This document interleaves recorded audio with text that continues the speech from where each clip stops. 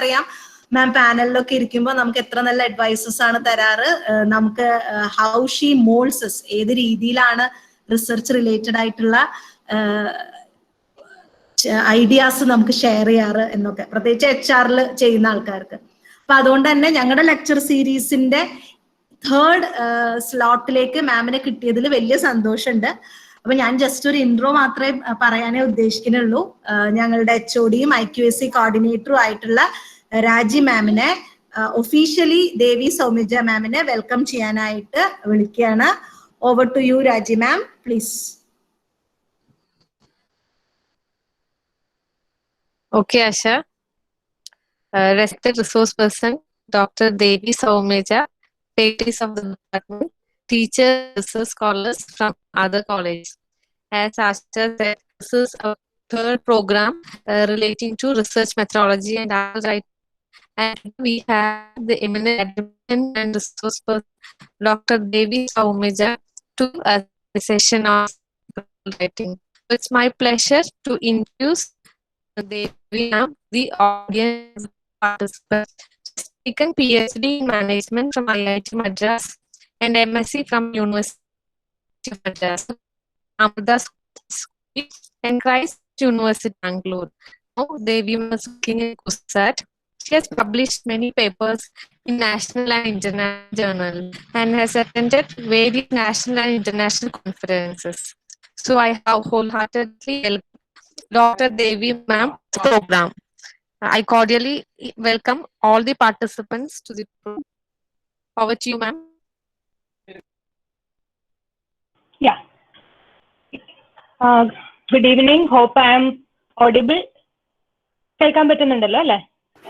കേൾക്കാം മാം. You're visible, you're audible, fine. Yeah, great. Okay, so first of all, ഈ ഒരു lecture സീരീസിനായിട്ട് invite ചെയ്ത പ്രത്യേകിച്ച് ആശ ടീച്ചറിനും ST കോളേജിലോട്ട് വിളിച്ച ബാക്കി HOD എല്ലാവർക്കും തന്നെ ഞാൻ നന്ദി പറയുകയാണ്. അപ്പൊ ഈ ഒരു ടോപ്പിക്കിന്റെ ഒരു പ്രശ്നമല്ല, ഒരു ചലഞ്ചിങ് ആസ്പെക്ട്. ഇപ്പൊ പേപ്പർ എഴുതി തുടങ്ങിയവർക്ക് അല്ലെങ്കിൽ പേപ്പറുകൾ വായിക്കുന്നവർക്ക് അറിയാം ഈ ഒരു ടോപ്പിക്കിന്റെ ഒരു പ്രശ്നം. കാരണം നമ്മൾ പറയൂലേ, ഈ സംഗീതത്തെ കുറിച്ചൊക്കെ പറയും ഒരു അനന്ത സാഗരമാണ്, നമ്മൾ എത്ര പഠിച്ചാലും അല്ലെങ്കിൽ എത്ര അതിനുള്ളിൽ ആഴത്തിൽ ഇറങ്ങിയാലും തീരാത്ത അത്രയും ഉണ്ട്. അതുപോലെ തന്നെയാണ് റിസർച്ചിന്റെ ഒരു അവസ്ഥ. പറയുകയാണെങ്കിൽ നമുക്ക് ഒരുപാട് കാര്യങ്ങൾ റിസർച്ചിൽ പറയാനുണ്ട് ഒരു ആർട്ടിക്കിൾ എഴുതുന്നതിനെ കുറിച്ച്. പിന്നെ ഞാൻ ആദ്യം എൻ്റെ അടുത്ത് പറഞ്ഞ ടീച്ചേഴ്സ് ആയിരിക്കും കൂടുതലെന്നുള്ളതാണ്. ഇപ്പോഴാണ് എനിക്ക് തോന്നുന്നു കൂടുതലും കുറച്ച് സ്റ്റുഡൻസ് ഉണ്ട്. ഓക്കെ, അപ്പൊ ഞാൻ പ്രിപ്പയർ ചെയ്തത് ആ ഒരു ടീച്ചേഴ്സ് എന്നുള്ള ഓറിയന്റേഷനിലാണ്. പക്ഷെ കുഴപ്പമില്ല, എനിക്ക് തോന്നുന്നു ഒരു റിസർച്ച് പേപ്പർ അല്ലെങ്കിൽ ഒരു ആർട്ടിക്കിൾ എഴുതുക എന്ന് പറയുന്നത് ഏവർക്കും എപ്പോൾ വേണമെങ്കിലും ചെയ്യാവുന്ന ഒരു കാര്യമാണ്. അല്ലെങ്കിൽ ഒരു PhD ചെയ്യുന്ന ഒരാൾക്ക് മാത്രമേ അത് ചെയ്യാൻ പാടൂ എന്നൊന്നുമില്ല. അതുകൊണ്ട് നമുക്ക് ആ ഒരു ആംഗിളിൽ നിന്ന് തന്നെ കൂടുതൽ ചർച്ച ചെയ്യാം. ഞാനൊരു പ്രസന്റേഷൻ എൻ്റെ കയ്യിൽ ഉണ്ട്, പക്ഷെ ഉണ്ടെങ്കിൽ കൂടിയും ഞാൻ കുറച്ചും കൂടി ഒരു ഇന്ററാക്റ്റീവ് സെഷൻ ആണ് ഉദ്ദേശിക്കുന്നത്. നിങ്ങൾക്ക് ഉള്ള ഡൗട്ട്സ് പറയുകയാണെങ്കിൽ നമുക്ക് അതിനെ അഡ്രസ് ചെയ്ത് പോകാം. പിന്നെ എനിക്ക് തോന്നുന്നു ബാക്കി പല കോളേജുകൾ, പല ഡിപ്പാർട്ട്മെന്റുകളിൽ നിന്നുള്ള ടീച്ചേഴ്സ് ഉണ്ട്. അപ്പോൾ ഓൾറെഡി എനിക്ക് തോന്നുന്നു എന്നെ ഇൻട്രൊഡ്യൂസ് ചെയ്തപ്പോൾ പറയുകയുണ്ടായി, എൻ്റെ ഏരിയ മാനേജ്മെന്റ് ആണ്, ഞാൻ HRM റിലേറ്റഡ് ആയിട്ടാണ് എൻ്റെ റിസർച്ച് എല്ലാം ചെയ്തിട്ടുള്ളത്. അപ്പൊ പറയുന്ന എക്സാമ്പിൾ ഒക്കെ വരുമ്പോൾ കൂടുതലും അത് റിലേറ്റഡ് ആയിട്ടായിരിക്കും ഉണ്ടാവുക. എൻ്റെ റിസർച്ച് പരിജ്ഞാനം എന്ന് പറയുന്നത് സോഷ്യൽ സയൻസസിൽ ലിമിറ്റഡ് ആണ്. ഇപ്പം ഒരു കോഴ്സ് പ്യുവർ സയൻസിലോ അല്ലെങ്കിൽ ഹ്യൂമാനിറ്റീസിലോ ഒരു ലാംഗ്വേജിലോ ഒന്നും റിസർച്ച് ആർട്ടിക്കിൾ എഴുതുന്നതിന്റെ ഡീറ്റെയിൽസ് എനിക്ക് പറയാൻ സാധിക്കില്ല. എങ്കിൽ കൂടിയും എനിക്ക് തോന്നുന്നു ഏതൊരു ആർട്ടിക്കിൾ എഴുതുമ്പോഴും നമ്മൾ പാലിക്കപ്പെടേണ്ട അല്ലെങ്കിൽ ശ്രദ്ധിക്കപ്പെടേണ്ട പൊതുവായിട്ടുള്ള ചില കാര്യങ്ങളുണ്ടല്ലോ. അപ്പൊ ആ കാര്യങ്ങളെ കുറിച്ചായിരിക്കും ഞാനിന്നിവിടെ കൂടുതലായിട്ട് പറയുക. എനിക്ക് തോന്നുന്നു സ്റ്റുഡൻസ് കൂടുതലും BBA പഠിക്കുന്ന കുട്ടികളാണെന്നാണ് ഞാൻ മനസ്സിലാക്കുന്നത്. അതെ മാം, BBA ആണ്. പിന്നെ ടീച്ചേഴ്സും സോഷ്യൽ സയൻസ് സ്ട്രീമിലുള്ള ടീച്ചേഴ്സ് തന്നെയാണ്. ഓക്കെ, അങ്ങനെയാണെങ്കിൽ പ്രശ്നമില്ല. അപ്പൊ ഞാൻ ഒരു പക്ഷെ ഞാൻ സംശയിച്ചു ഇനി ബാക്കി സ്ട്രീമിൽ നിന്നുള്ള ടീച്ചേഴ്സ് ഉണ്ടാവുമെന്ന്. അപ്പൊ അങ്ങനെയില്ലെങ്കിൽ പ്രശ്നമില്ല. എനിക്ക് തോന്നുന്നു കുറച്ചും കൂടെ നമുക്ക് റിലേറ്റ് ചെയ്ത് എക്സാമ്പിൾസ് ഒക്കെ പറഞ്ഞ് മുന്നോട്ട് പോകാൻ സാധിക്കും. അപ്പൊ ഞാൻ പതുക്കെ എന്റെ സ്ലൈഡ്സ് ഷെയർ ചെയ്ത് തുടങ്ങാം. സോ ഞാൻ എന്റെ വീഡിയോ ഇപ്പം സ്വിച്ച് ഓഫ് ചെയ്യാണ്. ഓക്കെ, എനിക്ക് തോന്നുന്നു സ്ലൈഡ് ഷെയർ ചെയ്യാൻ. Okay, just A second.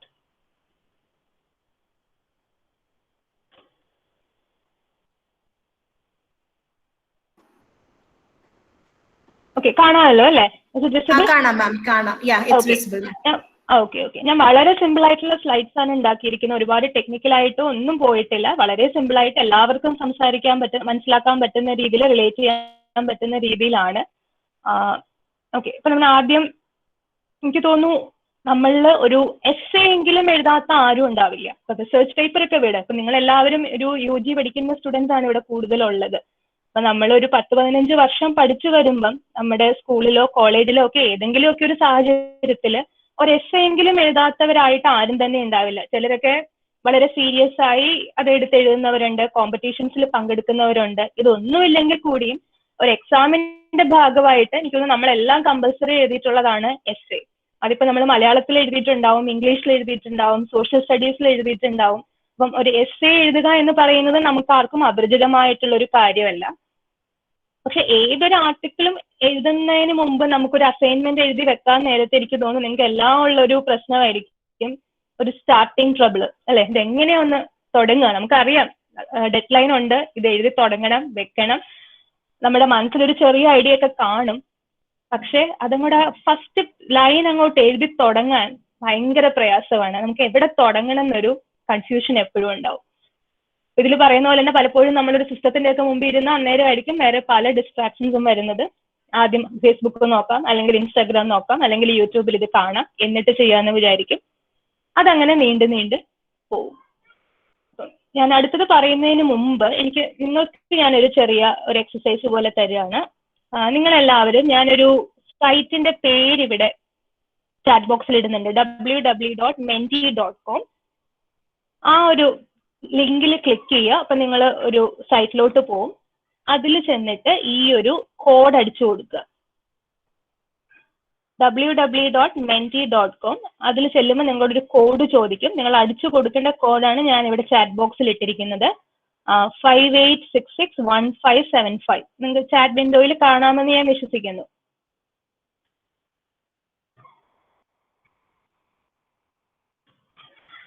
കാണാമല്ലോ അല്ലേ?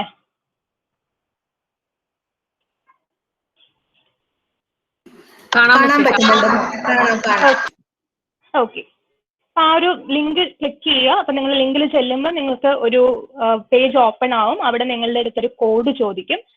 ആ കോഡ് നിങ്ങൾ എൻ്റർ ചെയ്യുമ്പോൾ നിങ്ങൾക്ക് അവിടെ ഒരു ക്വസ്റ്റ്യൻ കാണാം.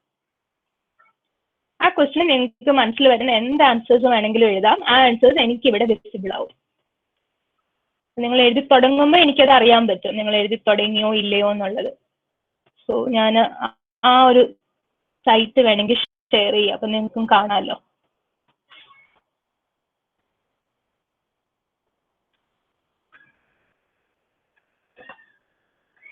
അപ്പൊ നിങ്ങൾക്കൊക്കെ വന്ന ക്വസ്റ്റ്യൻസ് ആയിരിക്കും, what prevents you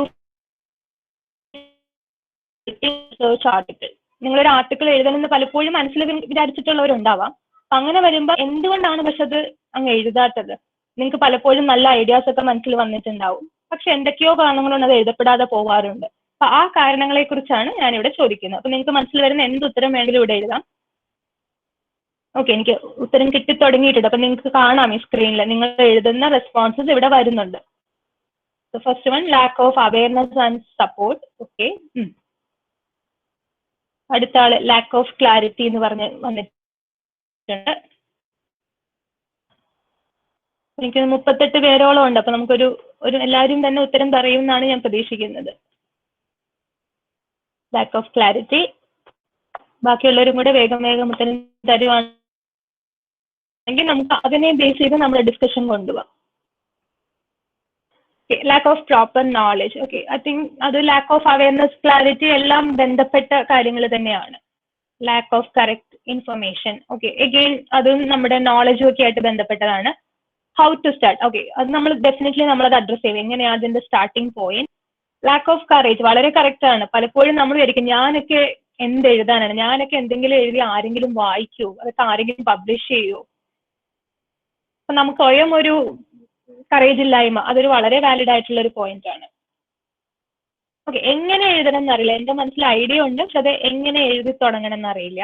okay, lakh of courage, confidence, അതൊക്കെ എനിക്ക് തോന്നുന്നു നമുക്ക് ഒരൊറ്റ ഇതിൽ കൊണ്ടുപോകുന്ന കാര്യങ്ങളാണ്. ഓക്കെ, അടുത്ത എനിക്ക് തോന്നുന്നു ഒരുപക്ഷെ ഒരു ടീച്ചർ ആയിരിക്കാന്ന് എൻ്റെ ഒരു ഗസ് ആണ്. ഒരു വന്നിട്ടുണ്ട്, how to present the collected information. നിങ്ങൾ ഒരുപാട് ഇടത്തുനിന്ന് കളക്ട് ചെയ്തു, പക്ഷെ അത് എങ്ങനെ ഒരു ആർട്ടിക്കിളിന്റെ രൂപത്തിൽ പുറത്തു കൊണ്ടുവരണമെന്ന് നിങ്ങൾക്ക് അറിയില്ല.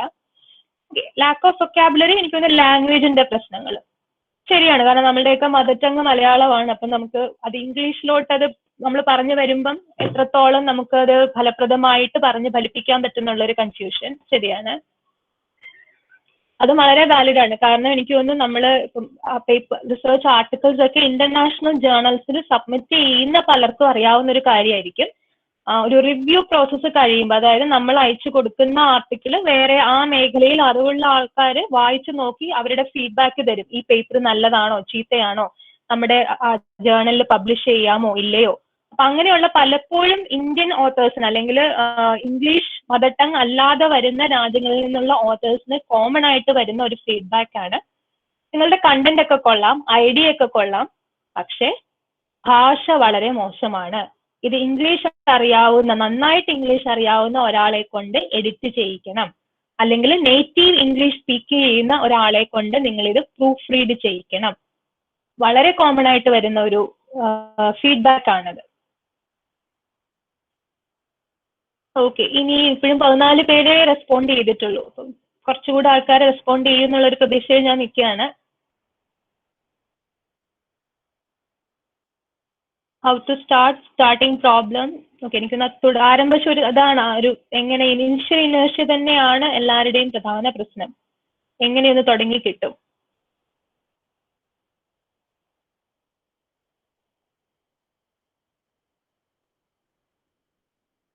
പതിനാല് പേരിൽ തന്നെ നിൽക്കുകയാണ്. ചാറ്റ് ബോക്സ് ബാക്കിയുള്ളവർക്ക് ഇത് ആക്സസ് ചെയ്യാനുള്ള ബുദ്ധിമുട്ടാണോ അതെയോ ഇനി ആൾക്കാർ ഇല്ലാഞ്ഞിട്ടാണോ എന്നറിയില്ല. ഓക്കെ, നമുക്ക് എന്തായാലും കൂടുതൽ സമയം കളയണ്ട. ഓക്കെ, ഒരാളും കൂടെ ചെയ്തിട്ടുണ്ട്. സ്റ്റാർട്ടിങ് പ്രോബ്ലം തന്നെയാണ് തോന്നുന്നു വന്നത്. ഓക്കെ, നമുക്കിപ്പോൾ വന്ന റെസ്പോൺസസിൽ നിന്ന് പ്രധാനമായിട്ട് ഇപ്പൊ 16 പേര് ചെയ്തിട്ടുണ്ട്. എനിക്ക് തോന്നുന്നു നമ്മൾ മെയിൻ ആയിട്ട് ഇപ്പം ഒരു ഫ്രീക്വൻസി എടുത്ത് നോക്കുകയാണെങ്കിൽ ഏറ്റവും കൂടുതൽ ആൾക്കാർ പറഞ്ഞിരിക്കുന്നത് ഒന്ന് മതിയായ രീതിയിൽ ഇതിനെക്കുറിച്ച് അറിവില്ലായ്മയാണ് ഒരു പ്രധാന പ്രശ്നം. മറ്റൊന്ന് ലാക്ക് ഓഫ് കറേജ് അല്ലെങ്കിൽ കോൺഫിഡൻസ്, വേറൊന്ന് സ്റ്റാർട്ടിങ് ട്രബിൾ, പിന്നെ ഒരാള് വൊക്കാബുലറി ലാംഗ്വേജിന്റെ ഇഷ്യൂ പറഞ്ഞിട്ടുണ്ട്, വേറൊരാള് how to present collected information പറഞ്ഞിട്ടുണ്ട്. Okay, so thank you all for participating. നമുക്ക് ഇതിന്റെ ബേസിസിൽ നമുക്ക് നമ്മുടെ ഫർദർ ഡിസ്കഷൻ മുന്നോട്ട് കൊണ്ടുപോകാം.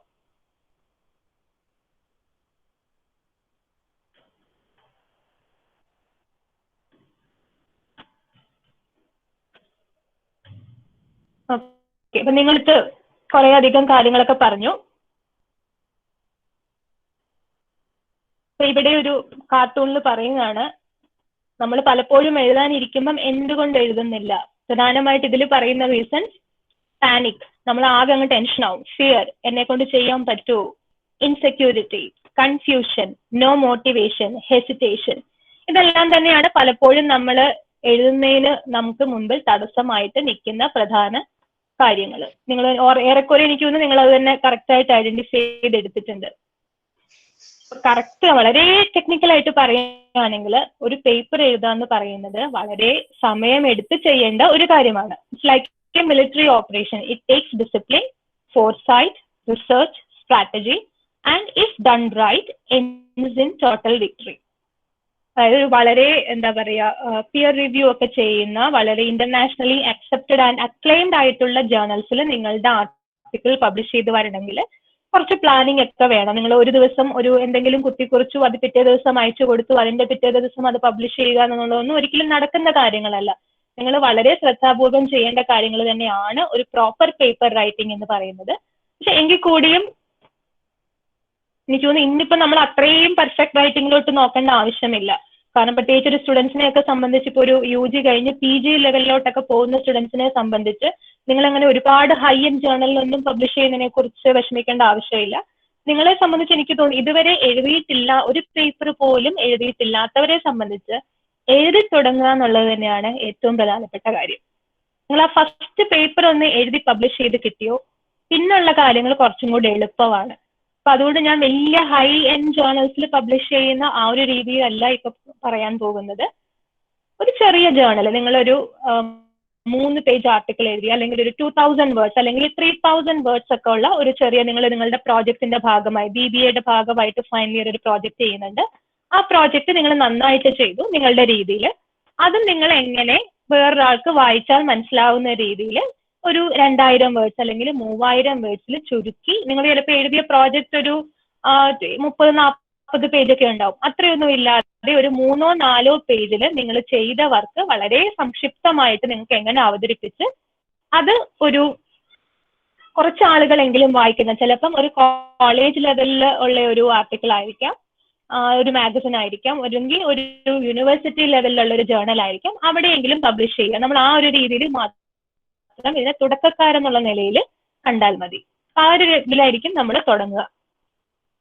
ഓക്കെ, അപ്പൊ ഫസ്റ്റ് ഇതിൽ പ്രധാനപ്പെട്ട ചോദ്യം, ഞാൻ എന്തിനാണ് എഴുതുന്നത്? ഇപ്പം എഴുതിയിട്ട് ആർക്കാണ് ഇത്ര വലിയ പ്രയോജനം? എന്തിനാ ഞാൻ ഇത്രയും മെനക്കെട്ട് എന്തെങ്കിലുമൊക്കെ എഴുതാൻ പോകുന്നത്? എന്തെങ്കിലും ഉത്തരങ്ങളുണ്ടോ? നിങ്ങൾക്ക് ചാറ്റ് ബോക്സിൽ ഇടാം. എന്തെങ്കിലും നിങ്ങൾക്ക് പെട്ടെന്ന് മനസ്സിൽ വരുന്ന ഉത്തരങ്ങൾ ഉണ്ടെങ്കിൽ. വളരെ എന്താ പറയുക, ഡിപ്ലോമാറ്റിക്കലി കറക്റ്റ് ആയിട്ടുള്ള ഉത്തരങ്ങളൊന്നും ആവണമെന്നില്ല. പിന്നിപ്പോ എനിക്ക് തോന്നുന്നു ആശു ടീച്ചർ നിങ്ങളോടൊക്കെ ഈ ഒരു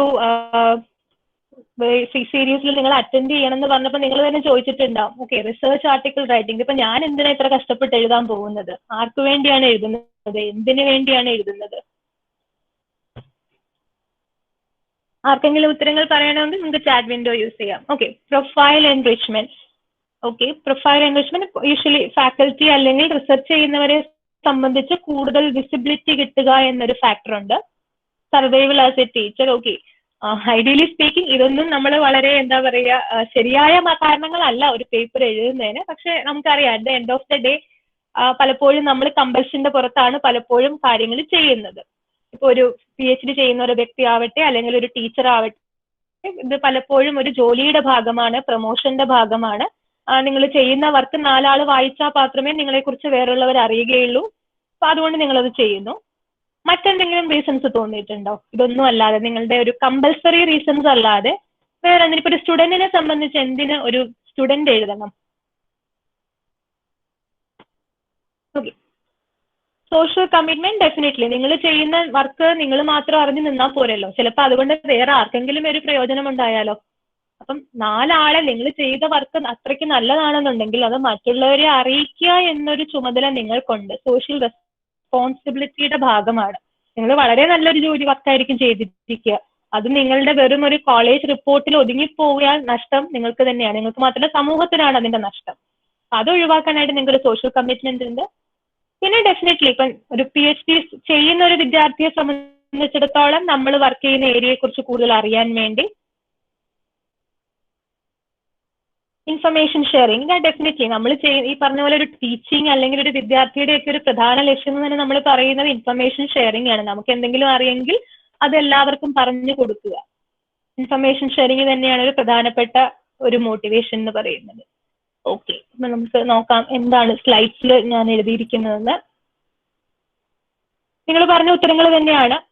science basically includes dissemination of knowledge, അല്ലെ? നമ്മൾ എന്ത് വർക്ക് ചെയ്താലും, ഒരു പ്രോജക്റ്റ് ആവട്ടെ, ഒരു ചെറിയ BBA പ്രോജക്റ്റ് ആവട്ടെ, MBA പ്രോജക്റ്റ് ആവട്ടെ, അല്ലെങ്കിൽ PhD വർക്ക് ആവട്ടെ, എന്തും ആവട്ടെ, നമ്മൾ ബേസിക്കലി അത് ചെയ്യുന്നത് ഇതുകൊണ്ട് ആർക്കെങ്കിലും എന്തെങ്കിലും ഒരു പ്രയോജനം ഉണ്ടാവണം. അങ്ങനെ ഒരു പ്രോജക്റ്റ് ആയിരിക്കുമല്ലോ നമ്മൾ എടുക്കുന്നത്. അല്ലാണ്ട് നമ്മുടെ വീട്ടിലെ കാര്യങ്ങളല്ല നമ്മൾ ഒരിക്കലും ഒരു പ്രോജക്റ്റിന്റെ വിഷയമായിട്ട് എടുത്ത് പഠിക്കുന്നത്. BBA ലെവലിൽ നമ്മൾ എപ്പോഴും എടുക്കുന്നത് മാർക്കറ്റിംഗ് ആണെങ്കിൽ ഒരു പ്രോഡക്റ്റ് എന്തുകൊണ്ട് ആൾക്കാർ വാങ്ങുന്നു, അല്ലെങ്കിൽ ഫിനാൻസ് ആണെങ്കിൽ എന്തുകൊണ്ട് ആൾക്കാർ ഷെയർ മാർക്കറ്റിൽ ഇൻവെസ്റ്റ് ചെയ്യുന്നു. അപ്പം 4 ആൾക്ക് പ്രയോജനമുള്ളൊരു വിഷയത്തിലാണ് നമ്മൾ എപ്പോഴും അക്കാഡമിക് ലെവലിൽ പ്രോജക്റ്റ് അല്ലെങ്കിൽ റിസർച്ച് ചെയ്യുന്നത്. അപ്പൊ അങ്ങനെ ഒരു വർക്ക് ചെയ്യുമ്പോൾ അതിന്റെ റിസൾട്ട്സ് നമ്മൾ ബാക്കിയുള്ളവരിലും കൂടെ എത്തിക്കുക എന്നുള്ളത് തന്നെയാണ് ഇതിന്റെ പ്രധാനപ്പെട്ട മോട്ടിവേഷൻ.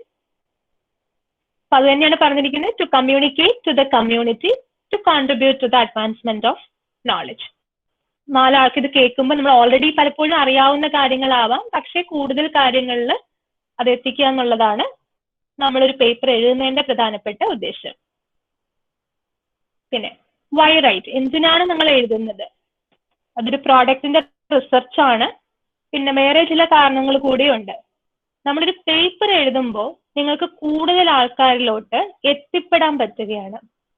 അപ്പൊ നിങ്ങളൊരു പ്രോജക്റ്റ് ചെയ്താൽ നിങ്ങളുടെ വർക്കിനെ കുറിച്ച് എത്ര പേര് അറിയും? കൂടിപ്പോയാൽ നിങ്ങളുടെ കോളേജിൽ അല്ലെ, നിങ്ങളുടെ ഡിപ്പാർട്ട്മെന്റിൽ, നിങ്ങളുടെ ക്ലാസ്സിലെ സ്റ്റുഡൻസ് അറിയോ, ക്ലാസ്മേറ്റ്സ് അറിയുമായിരിക്കും, ഫാക്കൽറ്റി മെമ്പേഴ്സ് അറിയുമായിരിക്കും. ഏറിപ്പോയാൽ നിങ്ങളുടെ കോളേജ് മുഴുവനായിട്ട് അറിയാം. അവിടെ തീർന്നു.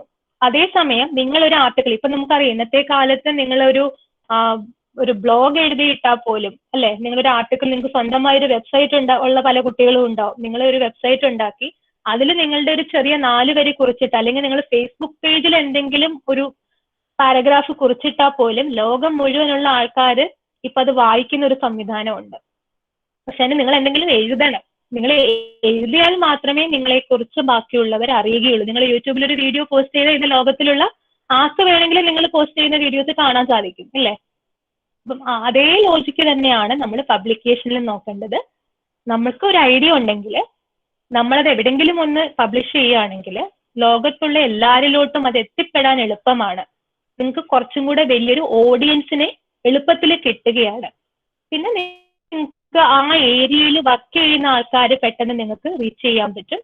പക്ഷെ depends upon where you publish. അതിനാണ് പറഞ്ഞത് നിങ്ങൾ നല്ല ജേർണൽ നോക്കി പബ്ലിഷ് ചെയ്യണം എന്നൊരു കാര്യം അതിലുണ്ട്. ഇന്റർനാഷണൽ ജേർണൽസിലൊക്കെ പബ്ലിഷ് ചെയ്താൽ മാത്രമേ ഇന്റർനാഷണൽ ഓഡിയൻസിലോട്ട് എത്തൂ. നിങ്ങളിപ്പോ ഒരു കേരളത്തിൽ മാത്രം പബ്ലിഷ് ചെയ്യുന്ന ഒരു ജേർണലിൽ പബ്ലിഷ് ചെയ്താൽ ചിലപ്പോൾ കേരളത്തിലുള്ളവരുടെ അടുത്ത് മാത്രമേ എത്തുകയുള്ളൂ.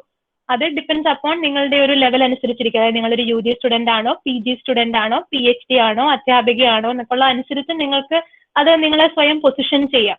അത് ഗ്രാജുവലായിട്ട് വരേണ്ട കാര്യങ്ങളാണ്. ഇപ്പൊ ഒരു ഗ്രാജുവേറ്റ് സ്റ്റുഡന്റ് ആണെങ്കിൽ നിങ്ങൾക്ക് തുടക്കത്തിൽ കേരളത്തിൽ മാത്രമുള്ളൊരു ജേർണൽ പബ്ലിഷ് ചെയ്ത് തുടങ്ങാം. അതിനുശേഷം ഇന്ത്യയിലുള്ളൊരു ജേർണലിലോട്ട് പതുക്കെ പ്രോഗ്രഷൻ കൊണ്ടുവരാം. പിന്നെ ശ്രദ്ധിക്കേണ്ട വേറൊരു കാര്യം അല്ലെ ഇതിന്റെ ഒരു പ്രധാന അഡ്വാൻറ്റേജ് എന്ന് പറഞ്ഞാല്, നിങ്ങൾ എന്തെങ്കിലും ഒരിക്കൽ പബ്ലിഷ് ചെയ്താൽ അത് എപ്പോഴും അവിടെ തന്നെ ഉണ്ടാകും അല്ലെ. പിന്നെ എപ്പോ വേണമെങ്കിലും ചിലപ്പോൾ നിങ്ങളുടെ അടുത്ത തലമുറയ്ക്ക് പോലും അത് വായിക്കാൻ പറ്റും. അതാണ് ആർക്കൈവൽ എന്ന് പറയുന്നത്. എനിക്ക് ഓർമ്മയുണ്ട്, ഞാൻ PG ചെയ്യുന്ന സമയത്ത് ഞങ്ങൾക്ക് ഈ പറഞ്ഞ പോലെ ഞാൻ MSc HRD ആണ് ചെയ്തത്, MSc ഹ്യൂമൻ റിസോഴ്സ് ഡെവലപ്മെന്റ്. നമുക്ക് ഇതുപോലെ ഒരു ഫൈനൽ ഇയർ പ്രോജക്റ്റ് ആണ്, ഇന്റേൺഷിപ്പും പ്രോജക്റ്റും കൂടിയാണ് വന്നത്. അപ്പൊ ആ പ്രോജക്റ്റിന്റെ സമയത്ത് എന്ത് ടോപ്പിക് എടുക്കണം എന്നൊക്കെ നമുക്ക് അറിയാം. നമ്മുടെ സ്റ്റുഡന്റ് ലൈഫിൽ നമുക്ക് എല്ലാവർക്കും ഉണ്ടാവുന്ന ഒരു കൺഫ്യൂഷൻ ആണ്, ഏത് ടോപ്പിക് എടുക്കണം, അത് എങ്ങനെ ചെയ്യണം. അപ്പൊ ഇതിന് ഞങ്ങൾക്ക് ഓറിയന്റേഷൻ തരാൻ വേണ്ടി ഞങ്ങളുടെ ഒരു പ്രൊഫസർ വന്നിരുന്നു. സാറ് വന്നപ്പം ഞങ്ങൾക്ക് ഒറ്റ കാര്യമേ പറഞ്ഞോളൂ, നിങ്ങൾ എന്ത് വേണമെങ്കിൽ ചെയ്തോ, ഏത് ടോപ്പിക്ക് വേണമെങ്കിൽ എടുത്തോ, നിങ്ങൾക്ക് ഇഷ്ടമുള്ള രീതിയിൽ ചെയ്തോ, അതൊന്നും പ്രശ്നമില്ല. പക്ഷെ ഒന്ന് ആലോചിക്കുക, ഒരു 25 വർഷം അല്ലെങ്കിൽ ഒരു 10-25 വർഷം കഴിയുമ്പോൾ, അല്ലെങ്കിൽ ഒരു 10-20 വർഷം കഴിയുമ്പോൾ ഈ ഒരു തീസിസ് നിങ്ങളുടെ വീട്ടിൽ നിങ്ങൾ കൊണ്ടുപോയി വെക്കും. അന്നൊക്കെ ഹാർഡ് കോപ്പിയാണ് കോമൺ. എനിക്കും ഈ അടുത്താണ് നിങ്ങൾ സോഫ്റ്റ് കോപ്പിയിൽ സബ്മിറ്റ് ചെയ്ത് തുടങ്ങിയത്. കഴിഞ്ഞ വർഷം കോവിഡിന് മുമ്പ് വരെ ഹാർഡ് കോപ്പിയിൽ തന്നെയായിരുന്നു നമ്മൾ ഈ തീസിസ് ഒക്കെ സബ്മിറ്റ് ചെയ്തിരുന്നത്. നിങ്ങളുടെ ഈ ഹാർഡ് കോപ്പി തീസിസ് നിങ്ങളുടെ വീട്ടിലുണ്ടാവും. നിങ്ങളുടെ കുട്ടിയെ എടുത്ത് കാണിക്കുക. എങ്ങാനും നിങ്ങൾ വീട്ടിൽ ചെല്ലുമ്പോൾ നിങ്ങളുടെ കുട്ടി നിങ്ങളുടെ പഴയ ഷെൽഫൊക്കെ എടുത്ത് തപ്പുമ്പോൾ ഈ നിങ്ങളുടെ പ്രോജക്റ്റ് കാണുകയാണ്. അപ്പൊ കാണുമ്പോൾ വിചാരിക്കരുത്, ഈ ഒരു എത്ര മോശം വർക്കാണ് എൻ്റെ അമ്മ അല്ലെങ്കിൽ എൻ്റെ അച്ഛൻ ചെയ്തത്, ഇവർ ഇത്രയും മോശമായിട്ട് ചെയ്തിട്ടാണോ ഇപ്പൊ എൻ്റെ അടുത്ത് വന്നിരുന്ന് പഠിക്കാൻ പറയുന്നത്. അങ്ങനെ ഒരു പേരുദോഷം വരുത്തരുത്. അപ്പൊ നിങ്ങളൊരു വർക്ക് ചെയ്യുമ്പോൾ അത് വൃത്തിയായിട്ട് ചെയ്യണം. കാരണം അത് ഒരു പ്രോജക്റ്റ് അല്ലെങ്കിൽ റിസർച്ച് വർക്ക് ആണെങ്കിൽ അത് എന്നത്തേക്കുമായിട്ട് സേവ് ആവുക, ഡിജിറ്റലി നമ്മളത് സേവ് ചെയ്ത് വെക്കുകയാണ്. ഇപ്പൊ PhD ചെയ്യുന്നവർക്കൊക്കെ അറിയാം, ശോധ് ഗംഗ എന്ന് പറഞ്ഞിട്ടൊരു പോർട്ടൽ ഉണ്ട്, കേട്ടിട്ടുണ്ടാവും. എന്താണ് ശോധ് ഗംഗ? ആരെങ്കിലും ഒന്ന് പറയോ, കേട്ടിട്ടുള്ളവർ? എന്താണ് ശോധ് ഗംഗ? ഒരു പോർട്ടലാണ്. എന്താണ് ശോധ് ഗംഗയിൽ സംഭവിക്കുന്നത്? ഒരു റിപ്പോസിറ്ററി അല്ലേ മാം? റെപ്പോസിറ്ററിയാണ്, തീസിസുകളുടെ റെപ്പോസിറ്ററിയാണ്. അപ്പൊ നിങ്ങൾ ഇന്ത്യയിലെ ഏത് യൂണിവേഴ്സിറ്റിയിൽ PhD ചെയ്യുന്ന ഒരാളാവട്ടെ, നിങ്ങൾ PhD തീസിസ് സബ്മിറ്റ് ചെയ്ത് കഴിയുമ്പോൾ ഓട്ടോമാറ്റിക്കലി അതിന്റെ ഡിജിറ്റൽ കോപ്പി അല്ലെങ്കിൽ soft copy of your thesis automatically ഈ ശോധ് ഗംഗ എന്ന് പറയുന്ന റെപ്പോസിറ്ററിയിൽ പോവുകയാണ്. അപ്പോൾ 20 വർഷം കഴിഞ്ഞ് നിങ്ങളുടെ കുട്ടികൾ അതിൽ ചെന്ന് നോക്കിയാൽ നിങ്ങളുടെ തീസിസ് അവിടെ കിടക്കും, ഒരു ആർക്കൈവൽ റെക്കോർഡ് ആവുകയാണ്. അപ്പൊ അങ്ങനെയാണ് നിങ്ങൾ എന്തെങ്കിലും നിങ്ങൾക്ക് പറയാനുള്ള കാര്യങ്ങൾ പബ്ലിഷ് ചെയ്യുകയാണെങ്കിൽ അതെല്ലാ കാലത്തും ആൾക്കാർക്ക് അത് റെഫർ ചെയ്യാനും അത് വർക്ക് ചെയ്യാനും ഒക്കെ വളരെ എളുപ്പമാണ്. ഈ ഒരു റീസൺ കൂടി വേണ്ടിയാണ് നിങ്ങൾ എഴുതണം എന്ന് പറയുന്നത്. നിങ്ങളുടെ മനസ്സിൽ തന്നെ ഐഡിയ ഇരുന്നാൽ ഒരുപക്ഷെ അത് നിങ്ങളുടെ മരണത്തോട് അത് അവിടെ തീരുകയാണ്. അതേസമയം നിങ്ങൾ പബ്ലിഷ് ചെയ്യുകയാണെങ്കിൽ എല്ലാ കാലത്തും ചിലപ്പോൾ ഇന്ന് ചിലപ്പോൾ നമുക്ക് പറയാൻ പറ്റില്ല, നിങ്ങളുടെ ഒരു ഐഡിയ ചിലപ്പോൾ ഇന്നത്തെ കാലത്ത് ആരും അംഗീകരിക്കണമെന്നില്ല. ചിലപ്പോൾ നിങ്ങളുടെയൊക്കെ കാലശേഷമായിരിക്കും ആ ഐഡിയ ഗംഭീരമായിരുന്നു എന്ന് ചിലപ്പോൾ തിരിച്ചറിയപ്പെടുക. അങ്ങനെയും സംഭവിക്കാം. പിന്നെ ബേസിക്കലി പറയുന്നത്, നിങ്ങൾ എന്തെങ്കിലും എഴുതി പബ്ലിഷ് ചെയ്യുകയാണെങ്കിൽ it's A vehicle for clarification. പലപ്പോഴും ലോകത്തുള്ള പല റിസർച്ചേഴ്സുമായിട്ട് ഡിസ്കസ് ചെയ്യാനും ഡിബേറ്റ് ചെയ്യാനും ഒക്കെ ആയിട്ട് നിങ്ങളിത് ഒരുപാട് ഹെൽപ്പ് ചെയ്യും. ഇതിനൊക്കെ കൂടിയാണ് നിങ്ങൾ എഴുതേണ്ടത്. ഇതൊക്കെ നമ്മൾ വളരെ എന്താ പറയുക, ലോജിക്കലി കറക്റ്റ് ആയിട്ട് പറയുമെങ്കിൽ കൂടിയും പലപ്പോഴും നമ്മൾ എഴുതുന്നത് കമ്പൽഷന്റെ പുറത്ത് തന്നെയാണ്. അതൊരു നഗ്നസത്യമാണ്. നിങ്ങൾക്ക് സ്വന്തം താല്പര്യത്തിലൊക്കെ എഴുതി വരുന്നത് വളരെ കുറവായിരിക്കാം. നമ്മൾ പലപ്പോഴും എഴുതുന്നത് നമുക്കൊരു ജോലിയുടെ ഭാഗമായിട്ടോ നിങ്ങളുടെ റിസർച്ചിന്റെ ഭാഗമായിട്ടോ നിങ്ങൾക്ക് വേറൊരു നിർവാഹവും ഇല്ലാത്തപ്പോഴാണ് നമ്മൾ എഴുതാൻ നിർബന്ധിതരാവുന്നത്. പക്ഷെ അതിലും തെറ്റില്ല. പക്ഷെ എഴുതുന്നത് വൃത്തിയായിട്ട് എഴുതുക. കമ്പൽഷന്റെ പുറത്താണെങ്കിൽ കൂടിയും എഴുതുന്നത് നിങ്ങൾ കൃത്യമായ പ്രോസസ്സുകൾ ചിട്ടവട്ടങ്ങൾ പാലിച്ചുകൊണ്ട് തന്നെ എഴുതുക എന്നുള്ളത് മാത്രമേ അതിൽ ശ്രദ്ധിക്കേണ്ട കാര്യമുള്ളൂ. ഓക്കെ, അടുത്തത് എപ്പോഴാണ് ഇത് എഴുതേണ്ടത്? ഏത് സിറ്റുവേഷനിലാണ് നിങ്ങൾ ഒരു ജേർണൽ പബ്ലിഷ് ചെയ്ത് എഴുതേണ്ടത്? അത് ജനറൽ ആയിട്ട് പറയുകയാണെങ്കിൽ, ഒന്ന്, നിങ്ങൾക്ക് എന്തെങ്കിലും പുതിയതായിട്ട് നിങ്ങൾ കണ്ടുപിടിച്ചു, അല്ലെങ്കിൽ നിങ്ങൾക്ക് ഒരു പുതിയ ഐഡിയ ഉണ്ട്, അല്ലെങ്കിൽ ഓൾറെഡി ഉള്ളൊരു പഴയ സംഭവമാണ്, നിങ്ങൾക്ക് പക്ഷെ അതിനെ പുതിയ രീതിയിൽ പ്രസന്റ് ചെയ്യാനുണ്ട്, അല്ലെങ്കിൽ നിങ്ങൾ ഓൾറെഡി കണ്ടുപിടിച്ചൊരു സാധനത്തിനെ നിങ്ങൾ പറയുക അത് തെറ്റാണ്. അപ്പൊ നമുക്കെല്ലാം അറിയാം, ന്യൂട്ടൺ ആണ് ലോ ഓഫ് ഗ്രാവിറ്റേഷൻ കണ്ടുപിടിച്ചത്. അപ്പൊ നിങ്ങൾ ആരെങ്കിലും കണ്ടുപിടിക്കുകയാണ് ലോ ഓഫ് ഗ്രാവിറ്റേഷൻ തെറ്റാണ്, എല്ലാ സ്ഥലത്തും ലോ ഓഫ് ഗ്രാവിറ്റേഷൻ നടക്കില്ല, നിങ്ങൾ അങ്ങനെ ഓൾറെഡി എക്സിസ്റ്റ് ചെയ്ത ഒരു തിയറി നിങ്ങൾ തെറ്റാണെന്ന് സ്ഥാപിക്കുകയാണെങ്കിൽ കൂടിയും നിങ്ങൾക്ക് നിങ്ങളുടെ നോളജ് ഷെയർ ചെയ്യാവുന്നതാണ്. അപ്പൊ നിങ്ങൾക്ക് എന്തെങ്കിലും പുതിയതായിട്ട് എന്തെങ്കിലും പറയാനുള്ളപ്പോഴാണ് നമ്മൾ പലപ്പോഴും ഒരു റിസർച്ച് ആർട്ടിക്കിൾ പബ്ലിഷ് ചെയ്യേണ്ടത്. മറ്റൊന്ന്, ഒരു റിസർച്ച് ചെയ്യുന്ന ആളെ സംബന്ധിച്ച് നിങ്ങൾക്കൊരു പ്രധാനപ്പെട്ട മൈൽ സ്റ്റോൺ നിങ്ങൾ കംപ്ലീറ്റ് ചെയ്തു. നിങ്ങൾ പ്രധാനപ്പെട്ട ഒരു ഒബ്ജക്റ്റീവ് ഉണ്ടായിരുന്നു, നിങ്ങളൊരു തീസിസ്, നിങ്ങളുടെ PhD കംപ്ലീറ്റ് ചെയ്തു, അല്ലെങ്കിൽ നിങ്ങളുടെ MPhil കംപ്ലീറ്റ് ചെയ്തു, അല്ലെങ്കിൽ നിങ്ങളുടെ PG പ്രോജക്റ്റ് കംപ്ലീറ്റ് ചെയ്തു. ആ ഒരു സിറ്റുവേഷനിൽ നിങ്ങൾക്കൊരു ഫുള്ളി ഡൺ ആയിട്ടുള്ള ഒരു റിസർച്ച് ഉണ്ട്. ആ സാഹചര്യത്തിൽ നിങ്ങൾക്ക് നിങ്ങളുടെ റിസർച്ച് കമ്മ്യൂണിക്കേറ്റ് ചെയ്യാവുന്നതാണ്. ഈ രണ്ട് സാഹചര്യങ്ങളിലാണ് നിങ്ങൾക്ക് നിങ്ങളുടെ ഒരു ആർട്ടിക്കിൾ എഴുതാവുന്നത്. നിങ്ങൾക്ക് ഐഡിയ മാത്രമേ ഉള്ളെങ്കിലും എഴുതാം. ആ ഐഡിയ നിങ്ങൾ ഓൾറെഡി റിസർച്ച് ചെയ്ത് കണ്ടുപിടിച്ച് കഴിഞ്ഞാലും നിങ്ങൾക്കത് ആർട്ടിക്കിളായിട്ട് എഴുതാവുന്നതാണ്. ഇനി നെക്സ്റ്റ് നമ്മൾ നോക്കാൻ പോകുന്നത് എന്തൊക്കെയാണ് ടൈപ്പ് ഓഫ് റിസർച്ച്. ഞാൻ കുറെ നേരമായിട്ട് റിസർച്ച് ആർട്ടിക്കിൾ എന്നൊക്കെ പറയുന്നുണ്ട്. പക്ഷെ എന്തൊക്കെയാണ് ഈ റിസർച്ച് എന്ന് പറയുന്നത്? അപ്പം ഞാൻ കുറച്ച് ടേംസ് ഇവിടെ എഴുതിയിട്ടുണ്ട്. Breakthrough, groundbreaking. എന്താണ് ബ്രേക്ക് ത്രൂ റിസർച്ച് എന്ന് പറഞ്ഞാൽ? എന്താണ്? പലപ്പോഴും നമ്മൾ കേട്ടിട്ടുണ്ടാവാം ബ്രേക്ക് ത്രൂ റിസർച്ച് എന്ന് പറഞ്ഞാൽ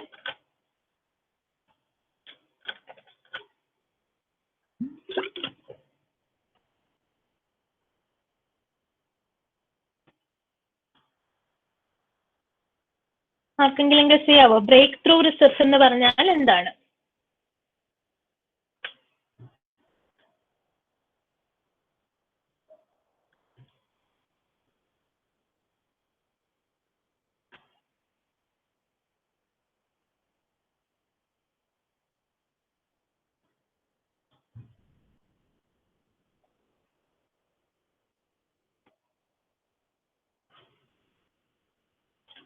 ബ്രേക്ക് ത്രൂ റിസർച്ച് എന്ന് പറഞ്ഞാൽ കുറെ നാളുകളായിട്ട് ആൾക്കാർ ഉത്തരം കിട്ടാതെ അടയുന്ന ചില റിസർച്ച് പ്രോബ്ലംസ് ഉണ്ടാവാം. ഒരു എക്സാമ്പിൾ പറയുകയാണെങ്കിൽ, ഇതുവരെ നമുക്കറിയാം ക്യാൻസറിന് പ്രോപ്പർ ആയിട്ടൊരു ക്യൂർ ഇതുവരെ കണ്ടുപിടിച്ചിട്ടില്ല. വർഷങ്ങളായിട്ട് ഇപ്പൊ ഒരുപാട് നാളുകളായിട്ട് ഒരുപാട് റിസർച്ച് ഒക്കെ അതിൽ നടക്കുന്നുണ്ട്. പക്ഷെ ഇപ്പോഴും ഒരു വൺ റെമഡി ഒന്നും നമുക്ക് ക്യാൻസറിന് പറയാൻ പറ്റില്ല. പല ട്രീറ്റ്മെന്റുകൾ ഉണ്ടെങ്കിൽ പോലും ക്യാൻസറിനെ നമുക്ക് പൂർണ്ണമായും ട്രീറ്റ് ചെയ്ത് മാറ്റാൻ പറ്റുന്ന ഒരു ലെവലിലൊന്നും നമ്മുടെ വൈദ്യശാസ്ത്രം ഇനിയും പുരോഗമിച്ചിട്ടില്ല.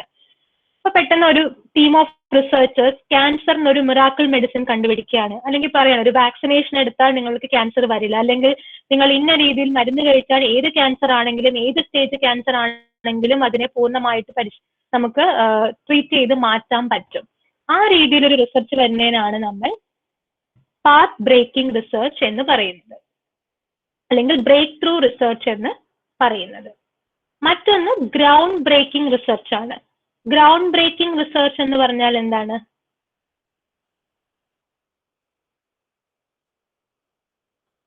എങ്ങനെ ഒരു എക്സാമ്പിൾ പറയുകയാണെങ്കിൽ നമ്മൾ പണ്ട് വിചാരിച്ചിരുന്നത്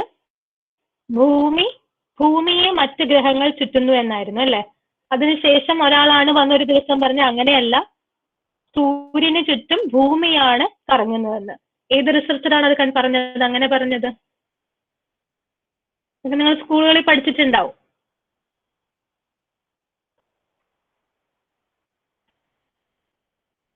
സൂര്യന് ചുറ്റും ഭൂമിയാണ് കറങ്ങുന്നത് എന്ന് പറഞ്ഞ ഒരു ശാസ്ത്രജ്ഞൻ ഉണ്ടായിരുന്നു. ആ ശാസ്ത്രജ്ഞൻ അന്നത് പറഞ്ഞപ്പോൾ ഒരുപാട് പേര് പുള്ളിക്ക് ഭ്രാന്താണെന്ന് വരെ പറഞ്ഞു. ഒരുപാട് ആൾക്കാരുടെ കല്ലേറൊക്കെ ഏറ്റിയ ഒരു ശാസ്ത്രജ്ഞനാണ്. ആർക്കെങ്കിലും ഓർമ്മയുണ്ടോ അദ്ദേഹത്തെ കുറിച്ച്?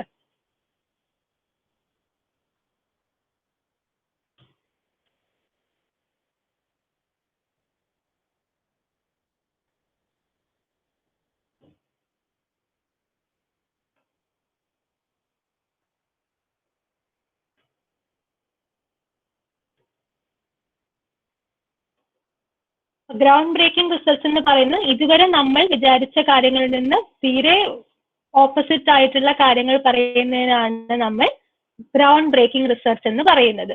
അപ്പൊ എനിക്കിവിടെ ചാറ്റ് ബോക്സ് ഒന്ന് ചെക്ക് ചെയ്യട്ടെ. Okay, Galileo, correct. ഗലീലിയോ ആണ് നമുക്ക് പെട്ടെന്ന് അത്രയും നാള് നമ്മൾ വിശ്വസിച്ചിരുന്ന രീതിയിൽ നിന്ന് തികച്ചും തെറ്റായ രീതിയിലുള്ള ഒരു ഇത് കൊണ്ടുവന്നത്. അതായത് ഭൂമിയാണ് സൂര്യന് ചുറ്റും കറങ്ങുന്നത് എന്നുള്ള കൊണ്ടുവന്നത്. ആ ടൈപ്പ് റിസർച്ചിനാണ് നമ്മൾ ഗ്രൗണ്ട് ബ്രേക്കിംഗ് റിസർച്ച് എന്ന് പറയുന്നത്. അപ്പോഴും നമുക്ക് നമ്മളുടെ റിസർച്ചിനെ പബ്ലിഷ് ചെയ്യാം. മറ്റൊന്ന് ഇൻവെൻഷൻ ആണ്. ഇൻവെൻഷൻ പ്രത്യേകിച്ച് പറയേണ്ട ആവശ്യമില്ല, നമ്മൾ പുതിയതായിട്ടൊരു കാര്യം കണ്ടുപിടിക്കുന്നതാണ് ഇൻവെൻഷൻ. പ്രോഗ്രസ് എന്ന് പറയുന്നത് ഓൾറെഡി കുറേയൊക്കെ വർക്ക് ആ ഒരു ഏരിയയിൽ നടന്നിട്ടുണ്ട്. നമ്മൾ പുതിയതായിട്ടൊന്നും കണ്ടുപിടിക്കാനൊന്നും പോകുന്നില്ല. പക്ഷേ ഇപ്പോ ഉള്ള സ്റ്റേജിൽ നിന്ന് നിങ്ങൾ കുറച്ച് അധികം പുതിയതായിട്ട് എന്തെങ്കിലും കൂടി അതിൽ പറയുമ്പോഴാണ് നമ്മൾ അതിനെ പ്രോഗ്രസ് എന്ന് പറയുന്നത്. ഇപ്പൊ ഓൾറെഡി നമുക്കറിയാം മൊബൈൽ ടെക്നോളജി വളരെയധികം റിസർച്ച് നടക്കുന്ന ഒരു ഏരിയ ആണ്. പക്ഷെ ഓൾറെഡി അവൈലബിൾ ആയിട്ടുള്ള മൊബൈൽ ഫോൺസിൽ നിങ്ങൾ പുതിയതായിട്ട് എന്തെങ്കിലും ഒരു ഫീച്ചർ കൂടി ആഡ് ചെയ്യുകയാണ്. അപ്പൊ നമുക്കതിനെ പ്രോഗ്രസ് എന്ന് പറയാം. ആ ചെയ്യുന്ന ആളല്ല ഒരിക്കലും മൊബൈൽ ഫോൺ കണ്ടുപിടിച്ചത്, പക്ഷെ പുള്ളി ഓൾറെഡി ഉള്ള മൊബൈൽ ഫോൺ ടെക്നോളജിയിൽ കുറച്ച് അധികം എന്തെങ്കിലും ഒരു ഫീച്ചർ കൂടെ കണ്ടുപിടിക്കുമ്പോൾ നമ്മൾ അതിനെ പ്രോഗ്രസ് എന്ന് പറയും. ഇനി ഒരു ടൈപ്പ് ഓഫ് റിസർച്ച് എന്ന് പറയുന്നത് സർവേ ആണ്. എനിക്ക് തോന്നുന്നു സോഷ്യൽ സയൻസിൽ ഒരുപക്ഷെ ഏറ്റവും അധികം സർവ്വസാധാരണമായ റിസർച്ച് എന്ന് പറയുന്നത് സർവേ റിസർച്ച് തന്നെയാണ്. എന്താണ് സർവേ റിസർച്ച്?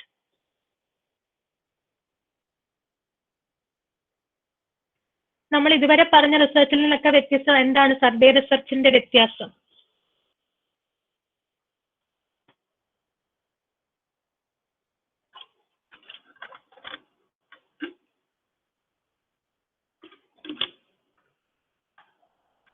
സർവേ റിസർച്ച് എന്ന് പറയുന്നത് നമ്മൾ ഒരുപാട് ആളുകളുടെ അടുത്തുനിന്ന് അഭിപ്രായം ചോദിച്ച് അല്ലെങ്കിൽ ഒരുപാട് ആളുകളുടെ അടുത്തുനിന്ന് ഡേറ്റ കളക്ട് ചെയ്യുന്ന ഒരു ടൈപ്പ് ഓഫ് റിസർച്ച് ആണ് സർവേ റിസർച്ച് എന്ന് പറയുന്നത്. സോഷ്യൽ സയൻസിൽ എനിക്ക് തോന്നുന്നു ഏറ്റവും കൂടുതൽ ഇപ്പൊ മാർക്കറ്റിംഗിലാണെങ്കിലും HR-ലാണെങ്കിലും ഒക്കെ ഏറ്റവും കൂടുതൽ കണ്ടുവരുന്നത് സർവേ റിസർച്ച് ആണ്. ക്വസ്റ്റിനെയർ കൊടുത്ത് ചെയ്യുന്നതാണ് സർവേ റിസർച്ച്. പിന്നെ ഒരു ടൈപ്പുള്ള റിവ്യൂ. എന്താണ് റിവ്യൂ റിസർച്ച്? റിവ്യൂ എന്ന് പറയുന്നത് നിങ്ങൾ പുതിയതായിട്ട് ഒന്നും ചെയ്യുന്നില്ല.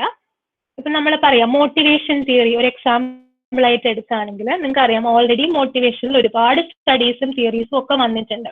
അപ്പൊ നിങ്ങൾക്ക് അതിൽ തോന്നുന്നു ഇനിയിപ്പോ ഞാൻ ഇതിൽ പുതിയതായിട്ട് എന്ത് കൊണ്ടുവരാനാണ്? കഴിഞ്ഞ 100 വർഷങ്ങളായിട്ട് ആളുകൾ മോട്ടിവേഷൻ റിസർച്ച് ചെയ്യുന്നുണ്ട്. അപ്പൊ ഞാനിനി പുതിയതായിട്ട് എനിക്കൊന്നും കൊണ്ടുവരാനില്ല. അപ്പൊ അങ്ങനെയുള്ള ഒരു സാഹചര്യത്തിൽ നമുക്ക് ചെയ്യാവുന്ന ഒരു കാര്യം ഇതുവരെ വന്നിട്ടുള്ള മോട്ടിവേഷൻ തിയറിയും റിസർച്ചിനെ കുറിച്ചെല്ലാം ഒന്ന് വളരെ ഗഹനത്തിൽ അനലൈസ് ചെയ്യുകയും ഈ എല്ലാ തിയറിയും കൂടെ കൺസോൾഡേറ്റ് ചെയ്ത് നമുക്ക് എന്തെങ്കിലും അതിൽ പറയാൻ സാധിക്കുമോ എന്നുള്ളതാണ് റിവ്യൂ റിസർച്ച്. ഇതുവരെ നടന്ന കാര്യങ്ങളെ നിങ്ങളൊന്ന് അനലൈസ് ചെയ്ത് അപഗ്രഥിച്ച് അതിനെ ഒരു ആർട്ടിക്കിളിന്റെ ഫോമിൽ എഴുതുന്നതാണ് റിവ്യൂ റിസർച്ച് എന്ന് പറയുന്നത്. സോ ഇതെല്ലാമാണ് നമ്മൾ യൂഷ്വലി പറയുന്ന പ്രധാനപ്പെട്ട ടൈപ്പ് ഓഫ് റിസർച്ച്. ഇതെല്ലാം നമുക്ക് ആർട്ടിക്കിളിന്റെ രൂപത്തിൽ എഴുതാവുന്നതാണ്. അല്ലാതെ സർവേ ചെയ്താലോ അല്ലെങ്കിൽ എക്സ്പെരിമെന്റ് ചെയ്താലോ മാത്രമല്ല നമുക്ക് റിസർച്ച് ചെയ്യാൻ ഒരു പേപ്പറായിട്ട് എഴുതാൻ പറ്റുന്നത്.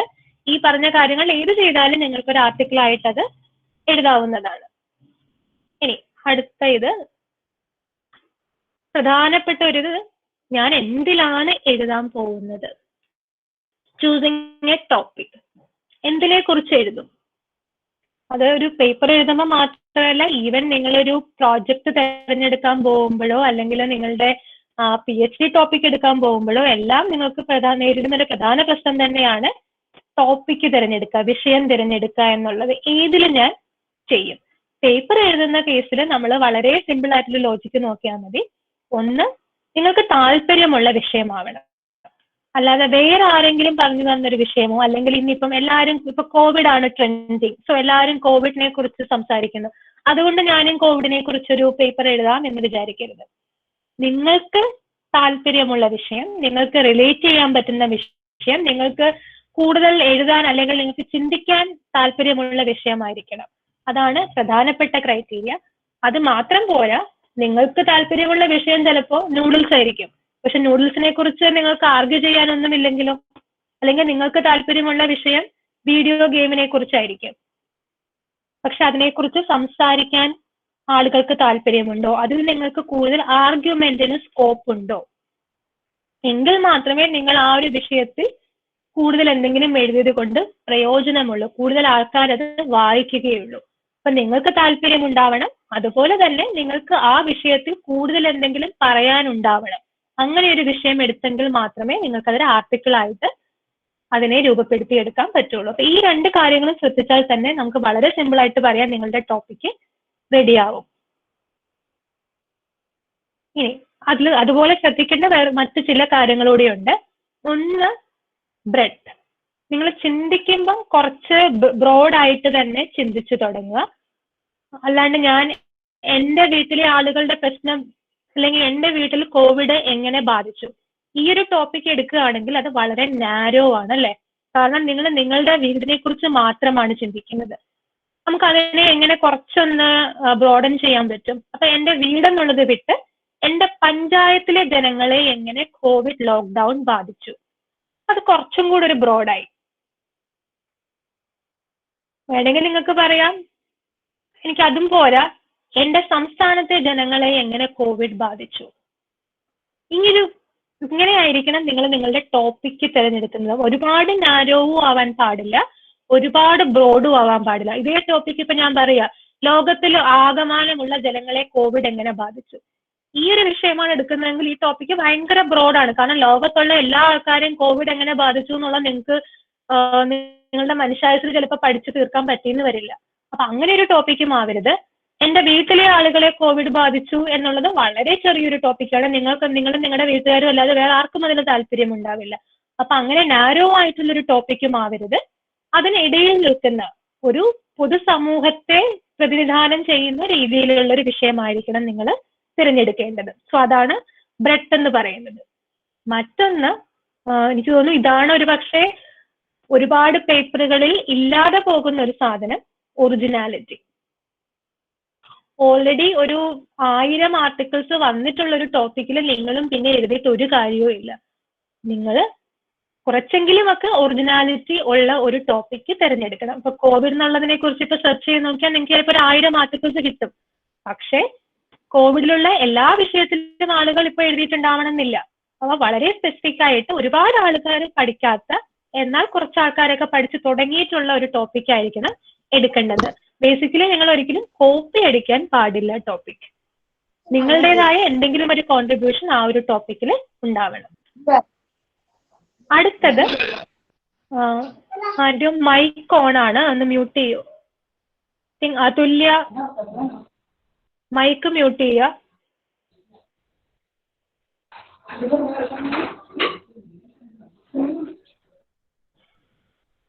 എനിക്കൊന്ന് കോർഡിനേറ്റേഴ്സിന്റെ സൈഡിൽ നിന്ന് നിങ്ങൾക്ക് മ്യൂട്ട് ചെയ്യാൻ തോന്നുന്നു.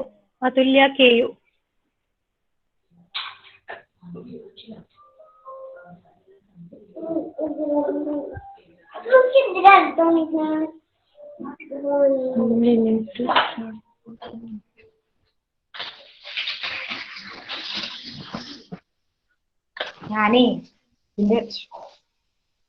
അതുല്യയുടെ ഓഡിയോ വീഡിയോ രണ്ടും ഓണാണ്. Okay, fine. ഓക്കെ, അടുത്തത് ശ്രദ്ധിക്കേണ്ടത് സോഴ്സസ് എന്ന് പറഞ്ഞാൽ നിങ്ങളൊരു ടോപ്പിക് എടുത്തു, പക്ഷെ ടോപ്പിക്കിനെ കുറിച്ച് നിങ്ങൾക്ക് കൂടുതൽ വായിക്കണം അല്ലെ? വായിച്ചാൽ മാത്രമേ നമുക്ക് അതിനെക്കുറിച്ച് കൂടുതൽ എഴുതാൻ പറ്റൂ. ആ വായിക്കാനുള്ള റിസോഴ്സസ് അവൈലബിൾ ആയിട്ടുള്ള ഒരു വിഷയം വേണം എടുക്കാൻ. ലോകത്ത് ഇതുവരെ ആരും പഠിച്ചിട്ടില്ലാത്തൊരു വിഷയം എടുക്കാൻ പോയാൽ നിങ്ങൾക്ക് അതിനെക്കുറിച്ച് വേറെ ഒരിടത്തും വായിക്കാൻ പറ്റില്ല. അപ്പൊ അങ്ങനെ ആവരുത്. അതിന് പകരം എന്തെങ്കിലുമൊക്കെ വായിക്കാൻ സാധിക്കുന്ന, ഓൾറെഡി കുറച്ച് ആൾക്കാരൊക്കെ അതിനെക്കുറിച്ച് പഠിച്ചിട്ടുള്ള ഒരു വിഷയം എടുക്കണം. അങ്ങനെ അതും നിങ്ങൾ ശ്രദ്ധിക്കേണ്ട ഒരു കാര്യമാണ്. So breadth, originality and sources, ഇത് മൂന്നുമാണ് ശ്രദ്ധിക്കേണ്ട കാര്യങ്ങൾ. ഇനി നാരോയിങ് എ ടോപ്പിക്. ഞാൻ പറഞ്ഞു നിങ്ങൾ വളരെ ബ്രോഡ് ആയിട്ടുള്ള ഒരു ടോപ്പിക് എടുക്കരുത്, നിങ്ങൾ നാരോ ചെയ്ത് കൊണ്ടുവരണം. പലരും നേരിടുന്ന ഒരു പ്രധാന ചലഞ്ച് ഈ ടോപ്പിക്കിനെ എങ്ങനെ നാരോ ചെയ്യാം എന്നുള്ളതാണ്. അപ്പൊ അതിന് ഉപയോഗിക്കാവുന്ന ഒരു എളുപ്പ വഴിയാണ് ഞാനിപ്പോ പറയാൻ പോകുന്നത്. നമുക്കതിനെ നാരോ ചെയ്യുന്നതിന് പ്രധാനമായിട്ടും ഒരു 7 സംഗതികൾ ഉപയോഗിച്ച് നിങ്ങൾക്ക് ടോപ്പിക്കിനെ നാരോ ചെയ്ത് കൊണ്ടുവരാൻ പറ്റും. ഒന്ന്, focus on A specific type or class. നിങ്ങൾ എന്ത് ടൈപ്പ് ഓഫ് റിസർച്ച് ആണ് ചെയ്യാൻ പോകുന്നത് എന്നുള്ളത് ആദ്യം തന്നെ നിങ്ങൾ തീരുമാനിക്കുക. അതായത് സർവേ റിസർച്ച് ആണോ, അതെയോ നിങ്ങൾ എക്സ്പെരിമെന്റ് റിസർച്ച് ആണോ ചെയ്യാൻ പോകുന്നത്. അടുത്തത്, focus on a particular place or region. ഏത് സ്ഥലത്തെ ആൾക്കാരെ കുറിച്ചാണ് നിങ്ങൾ പഠിക്കാൻ പോകുന്നത്? കേരളത്തിലെ ആൾക്കാരാണോ, അതെയോ തൃശ്ശൂർ ജില്ലയെ കുറിച്ചാണോ, അതെയോ ഇന്ത്യയെ കുറിച്ചാണോ, അതെയോ നിങ്ങൾ കേരളവും കർണാടകവും തമ്മിൽ കമ്പയർ ചെയ്താണോ പഠിക്കാൻ പോകുന്നത്? അപ്പൊ ആ ഒരു ഏരിയ അല്ലെങ്കിൽ പ്ലേസ് നിങ്ങൾ ഡിഫൈൻ ചെയ്യണം. അടുത്തത്, focus on A certain time period. ഏത് കാലഘട്ടത്തെ കുറിച്ചാണ് നിങ്ങൾ പഠിക്കാൻ പോകുന്നത്? പ്രീ കോവിഡ് ആണോ, പോസ്റ്റ് കോവിഡ് ആണോ, 20th സെഞ്ചുറിയെ കുറിച്ചാണോ? ചിലപ്പോൾ എനിക്ക് തോന്നുന്നു ഹിസ്റ്ററിയിലൊക്കെ റിസർച്ച് ചെയ്യുന്നവർക്ക് ഇത് വളരെ പ്രധാനമാണ്. മുഗൾ ഭരണ സമയത്തെ പരിഷ്കാരങ്ങളെ കുറിച്ചായിരിക്കും ചിലപ്പോൾ അവർ പഠിക്കുന്നത്. അപ്പൊ ആ ടൈം പീരീഡ് വളരെ സ്പെസിഫിക് ആയിട്ട് പറയണം. നിങ്ങൾ 2000 to 2010 അല്ലെങ്കിൽ ഫിനാൻഷ്യൽ റിസർച്ച് ചെയ്യുന്നവർ അല്ലെ, സെക്കൻഡറി ഡേറ്റ എടുക്കുമ്പോൾ ശ്രദ്ധിക്കേണ്ട കാര്യമാണ്. നിങ്ങൾ ഏത് കാലഘട്ടത്തിലെ ഡേറ്റയാണ് എടുക്കുന്നത്? 2000 തൊട്ട് 2010 വരെയുള്ള ഡേറ്റയാണോ, 2010 തൊട്ട് 2020 വരെയാണോ, അതെയോ 2021 മാത്രം ഡേറ്റയാണോ? അങ്ങനെ വളരെ സ്പെസിഫിക് ആയിട്ട് നിങ്ങൾക്ക് തീരുമാനിക്കാം നിങ്ങൾ ഏത് കാലഘട്ടത്തെ കുറിച്ചാണ് നിങ്ങൾ റിസർച്ച് ചെയ്യാൻ പോകുന്നത്. Focus on A certain aspect. ഏത് ആസ്പെക്റ്റിനെ കുറിച്ചാണ് നിങ്ങൾ പഠിക്കാൻ പോകുന്നത്? ഇത് ഞാനൊരു എക്സാമ്പിൾ പറയുമ്പോൾ നിങ്ങൾക്ക് കുറച്ചും കൂടെ വ്യക്തമാവും. അതിലോട്ട് ഞാൻ വരാം. അടുത്തത്, focus on A specific population. ആരെ കുറിച്ചാണ് നിങ്ങൾ പഠിക്കാൻ പോകുന്നത്? ആരിലാണ് നിങ്ങൾ പഠിക്കാൻ പോകുന്നത്? നിങ്ങൾ പൂച്ചയെ കുറിച്ചാണോ പഠിക്കാൻ പോകുന്നത്, പട്ടികളെ കുറിച്ചാണോ പഠിക്കാൻ പോകുന്നത്, അതെയോ മനുഷ്യരെ കുറിച്ചാണോ? മനുഷ്യരാണെങ്കിൽ തന്നെ ഏത് ഏജ് ഗ്രൂപ്പിലുള്ളവരാണ്? സ്ത്രീകളെ കുറിച്ചാണോ, കുട്ടികളെ കുറിച്ചാണോ, വയസ്സായ വൃദ്ധജനങ്ങളെ കുറിച്ചാണോ? ഈ രീതിയിൽ നമുക്ക് ഫോക്കസ് ചെയ്യാം. അടുത്തത്, focus on A relationship with 2 or more topic. അപ്പൊ 1 or 2 കാര്യങ്ങളെ ബന്ധപ്പെടുത്തിയിട്ട് വേണം നിങ്ങൾ എപ്പോഴും റിസർച്ച് ചെയ്യാൻ. അടുത്ത last one, combine different kind of focuses. പല കാര്യങ്ങളെ നിങ്ങൾ ഒരുമിച്ച് കൊണ്ടുവരുമ്പോൾ നിങ്ങൾക്കൊരു നല്ല പേപ്പർ എഴുതാൻ പറ്റും. അപ്പൊ ഈ പറഞ്ഞ പോയിന്റ്സിന് എക്സാമ്പിൾ ആയിട്ട് ഞാനൊരു അടുത്ത സ്ലൈഡിൽ ഇൻക്ലൂഡ് ചെയ്തിട്ടുണ്ട്. ടൈപ്പ് ഓഫ് റിസർച്ച് അല്ലെ, first one type or class of research. അത് സർവേ ആവാം, റിവ്യൂ ആവാം, ഡിസ്ക്രിപ്റ്റീവ് റിസർച്ച് ആവാം, എക്സ്പെരിമെന്റൽ റിസർച്ച് ആവാം. സെക്കൻഡ് വൺ ഞാൻ പറഞ്ഞത് focus on a particular place or region. കേരളമാണോ ഇന്ത്യയാണോ അങ്ങനെ തീരുമാനിക്കാം. ടൈം ഞാനിവിടെ പറഞ്ഞത് കോവിഡ് ടൈം. ഇപ്പൊ പറയാണ് കോവിഡ് കാല സമയത്ത് ഏത് ആസ്പെക്ട് ആണ് പറയുന്നത്? കോവിഡ് സമയത്ത് നിങ്ങൾക്ക് സൈക്കോളജിക്കൽ ഹെൽത്തിനെ കുറിച്ച് പഠിക്കാം, ഫിസിക്കൽ ഹെൽത്തിനെ കുറിച്ച് പഠിക്കാം, അല്ലെങ്കിൽ ഫിനാൻഷ്യൽ സിറ്റുവേഷനെ കുറിച്ച് പഠിക്കാം, അല്ലെങ്കിൽ എക്കണോമിക് ഇമ്പാക്ടിനെ കുറിച്ച് പഠിക്കാം അല്ലെ. അങ്ങനെ പല ആസ്പെക്ട് നിങ്ങൾക്ക് പഠിക്കാൻ പറ്റും. കോവിഡ് എന്നൊരു വിഷയത്തെ എടുത്താൽ തന്നെ നിങ്ങൾക്ക് പല ആസ്പെക്ട് പഠിക്കാൻ പറ്റും. നിങ്ങളിൽ ആരിലാണ് പഠിക്കാൻ പോകുന്നത്? അപ്പൊ ഞാനിവിടെ ഒരു എക്സാമ്പിൾ കൊടുത്തിരിക്കുന്നത് ഫീമെയിൽ IT എംപ്ലോയീസ്. അതിന് പകരം നിങ്ങൾക്ക് വേണമെങ്കിൽ നഴ്സസിനെ കുറിച്ച് പഠിക്കാം. കോവിഡ് സമയത്ത് ഒരുപക്ഷെ ഏറ്റവും കൂടുതൽ ജോലി ചെയ്ത ഒരു വിഭാഗം എന്ന് പറയുന്നത് നേഴ്സുമാരാണ്. നേഴ്സുമാരും ഡോക്ടർമാരുമാണ്. നിങ്ങൾക്ക് വേണേൽ അവരെ കുറിച്ച് പഠിക്കാം. അല്ലെങ്കിൽ നിങ്ങൾക്ക് പ്രായമായിട്ടുള്ള ആൾക്കാരെ കുറിച്ച് പഠിക്കാം, അല്ലെ കുട്ടികളെ കുറിച്ച് പഠിക്കാം. എനിക്കൊന്ന് അതുപോലെ തന്നെ ഓൺലൈൻ ക്ലാസ് കാരണം സോഷ്യൽ ലൈഫ് ഒട്ടുമില്ലാതെ പോയ വിഭാഗം എന്ന് പറഞ്ഞാൽ കൊച്ചുകുട്ടികളാണ്. പ്രത്യേകിച്ച് കൊച്ചുകുട്ടികൾ, ഒരു LP സ്കൂൾ UP സ്കൂളിലൊക്കെ പഠിക്കുന്നവർ വെളിയിൽ പോയി കളിക്കാനോ ഒന്നും നിർവാഹമില്ലാത്തവരാണ്. അവരെ കുറിച്ച് പഠിക്കാം. അപ്പൊ ആരെ കുറിച്ചാണ് നിങ്ങൾ പഠിക്കാൻ പോകുന്നത്? ഏതെങ്കിലും 2 വേരിയബിൾ എടുത്ത് പഠിക്കാം. എനിക്ക് വേണമെങ്കിൽ എടുക്കാം psychological health and work life balance എന്ന female IT employees during COVID time in Kerala, and I will do it as a survey research. ഞാനത് ഒറ്റ സെന്റൻസിൽ പറഞ്ഞത് ഈ എല്ലാ കാര്യങ്ങളുമാണ്. ഞാൻ ഒന്നും കൂടെ പറയാം. ഞാനിപ്പം പറഞ്ഞ topic A study on the relationship between psychological health and work-life balance among female IT employees during COVID time in Kerala using survey method. ഒറ്റ സെന്റൻസ് ആണ് ഞാൻ പറഞ്ഞത്. പക്ഷെ ആ ഒരു ഒറ്റ സെന്റൻസിൽ തന്നെ ഈ എല്ലാ കാര്യങ്ങളും ഞാൻ ഈ പറഞ്ഞ 7 ആസ്പെക്ട്സും അതിൽ ഇൻക്ലൂഡഡ് ആണ്. അപ്പൊ ഈ ഒരു മെത്തേഡ് യൂസ് ചെയ്യാമെങ്കിൽ നിങ്ങൾക്ക് വളരെ എളുപ്പത്തിൽ നിങ്ങളുടെ ടോപ്പിക്ക് നാരോ ഡൗൺ ചെയ്ത് കൊണ്ടുവരാൻ സാധിക്കും. നിങ്ങളൊന്ന് കുറച്ച് ഒരു പ്രാക്ടീസ് വേണം. ഒരു ആരംഭഘട്ടത്തിൽ നിങ്ങൾക്ക് ഒരു സ്റ്റുഡൻസിന് തന്നെ ചെയ്യാൻ പറ്റില്ല. ഓഫ് കോഴ്സ് അതിന് വേണ്ടിയാണ് നിങ്ങളൊരു പ്രോജക്റ്റ് ചെയ്യുമ്പോൾ നിങ്ങൾക്ക് ഒരു പ്രോജക്ട് ഗൈഡ് അല്ലെങ്കിൽ മെന്റർ ഉണ്ടാവുക. അവരുടെ ഹെൽപ്പിലോട് കൂടി മാത്രമേ അത് ചെയ്യാൻ സാധിക്കുകയുള്ളൂ. പക്ഷെ ഈ ഒരു ഇത് വളരെ കൃത്യമായിട്ട് തന്നെ നിങ്ങൾ തുടക്കത്തിൽ തന്നെ തീരുമാനിക്കുകയാണെങ്കിൽ പിന്നീടുള്ള സ്റ്റഡി കംപ്ലീറ്റ് ചെയ്യുന്നതിനും എഴുതുന്നതിനും ഒക്കെ വളരെയധികം എളുപ്പമുണ്ടാകും. സോ അതാണ് ടോപ്പിക് സെലക്ഷനിൽ നിങ്ങൾക്ക് ശ്രദ്ധിക്കാവുന്ന കാര്യങ്ങൾ. പിന്നെ അടുത്തതിലോട്ട് പോണതിന് മുമ്പ് നിങ്ങൾക്ക് ഇതുവരെ ഡിസ്കസ് ചെയ്ത കാര്യങ്ങളിൽ എന്തെങ്കിലും ഡൗട്ട്സ് അല്ലെങ്കിൽ എന്തെങ്കിലും എക്സ്പീരിയൻസ് ഷെയർ ചെയ്യാനുണ്ടെങ്കിൽ നമുക്കൊരു 5 minutes അതിനു വേണ്ടി ചെലവഴിക്കാം.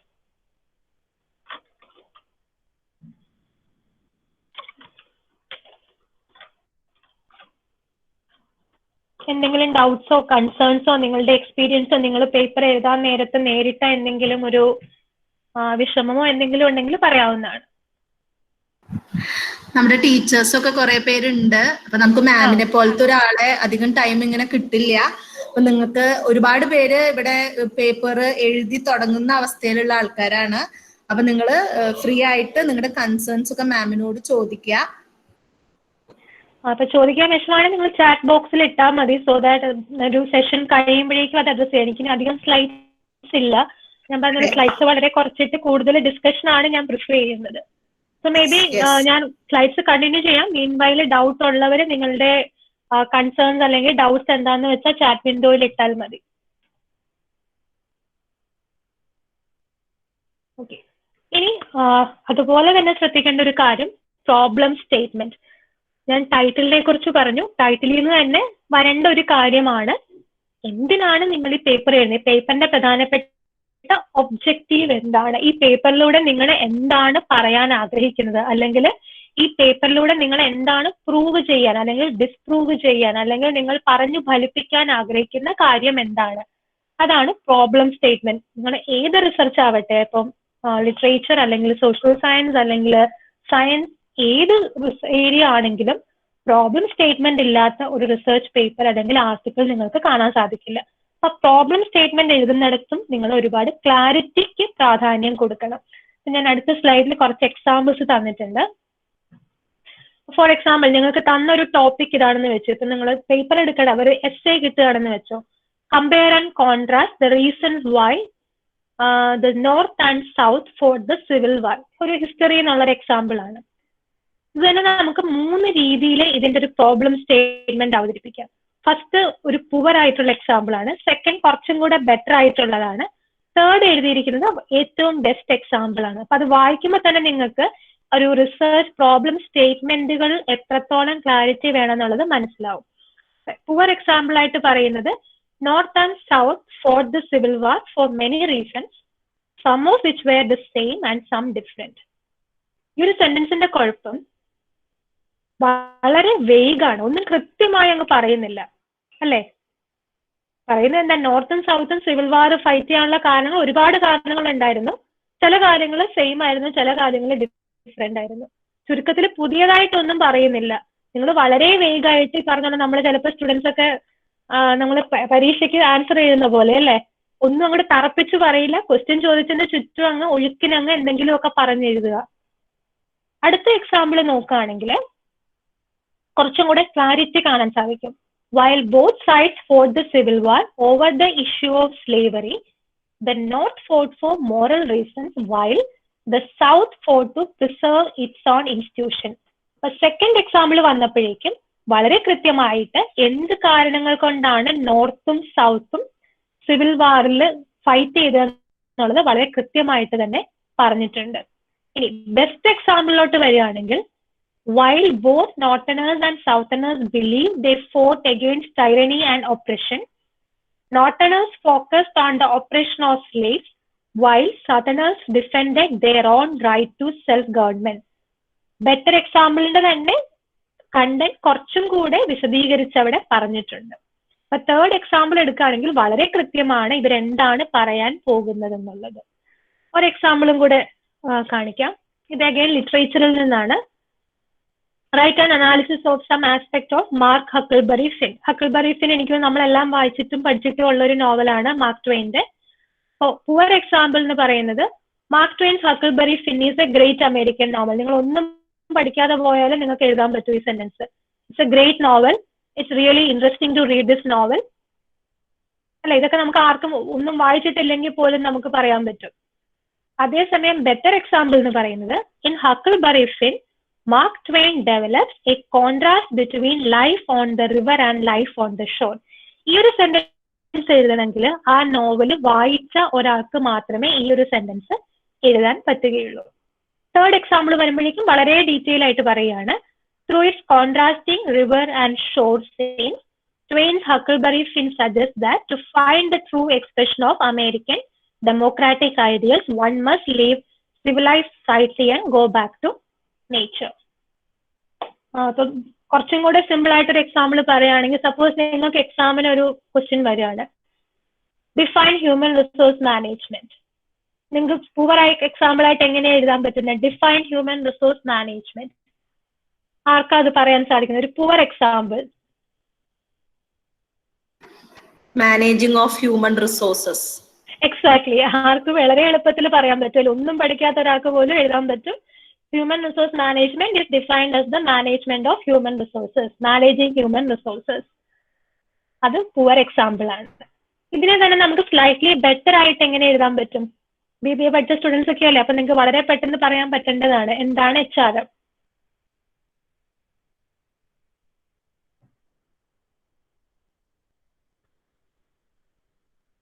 ആരെങ്കിലും വോളണ്ടറി ചെയ്യുന്നോ? എങ്ങനെയാണ് ഹ്യൂമൻ റിസോഴ്സ് അല്ലെങ്കിൽ മാനേജ്മെന്റ്, HRM വിട്ടോളൂ, മാനേജ്മെന്റിന്റെ ഒരു ഡെഫിനേഷൻ.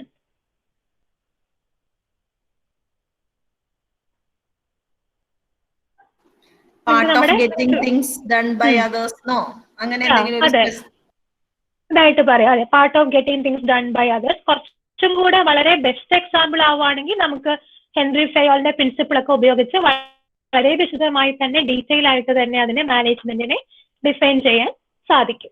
അപ്പൊ ഇങ്ങനെ ഒരു വളരെ സിമ്പിൾ എക്സാമ്പിളിൽ തന്നെ നിങ്ങൾക്ക് മനസ്സിലാവും നിങ്ങൾക്ക് ക്ലാരിറ്റി ഉണ്ടെങ്കിൽ എങ്ങനെ നിങ്ങൾക്ക് ഒരു ആർട്ടിക്കിൾ എഴുതാൻ പറ്റുന്നുള്ളത്. ഏതൊരു ആർട്ടിക്കിൾ എഴുതുന്നതിന് മുമ്പ് നിങ്ങളുടെ ടോപ്പിക്ക് വളരെ ക്ലിയർ ആയിരിക്കണം. ആ ടോപ്പിക്കിൽ നിന്ന് നിങ്ങളുടെ പ്രോബ്ലം സ്റ്റേറ്റ്മെന്റും വളരെ കൃത്യമായിട്ട് തന്നെ വരണം. ഇതാണ് നിങ്ങൾ പ്രധാനമായിട്ടും ശ്രദ്ധിക്കേണ്ട കാര്യങ്ങൾ. ഇത്രയും ഉണ്ടെങ്കിൽ ഞാനിനി അസ്യൂം ചെയ്യുന്നത് നിങ്ങൾ ഓൾറെഡി റിസർച്ച് ചെയ്തു എന്നാണ്. ഇനി റിസർച്ച് ചെയ്യുന്ന പ്രോസസ്സിനെ കുറിച്ചൊന്നും ഞാൻ കടക്കുന്നില്ല. നിങ്ങൾ ഓൾറെഡി ഒരു റിസർച്ച് ചെയ്തു. ആ റിസർച്ച് സർവേ ആവാം, എക്സ്പെരിമെന്റ് ആവാം, അല്ലെങ്കിൽ റിവ്യൂ ആവാം, എന്തുമാവട്ടെ.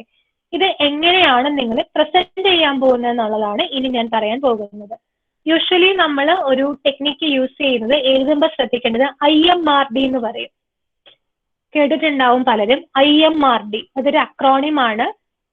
എന്താണ് IMRDയുടെ എക്സ്പാൻഷൻ എന്ന് ആർക്കെങ്കിലും അറിയുമോ?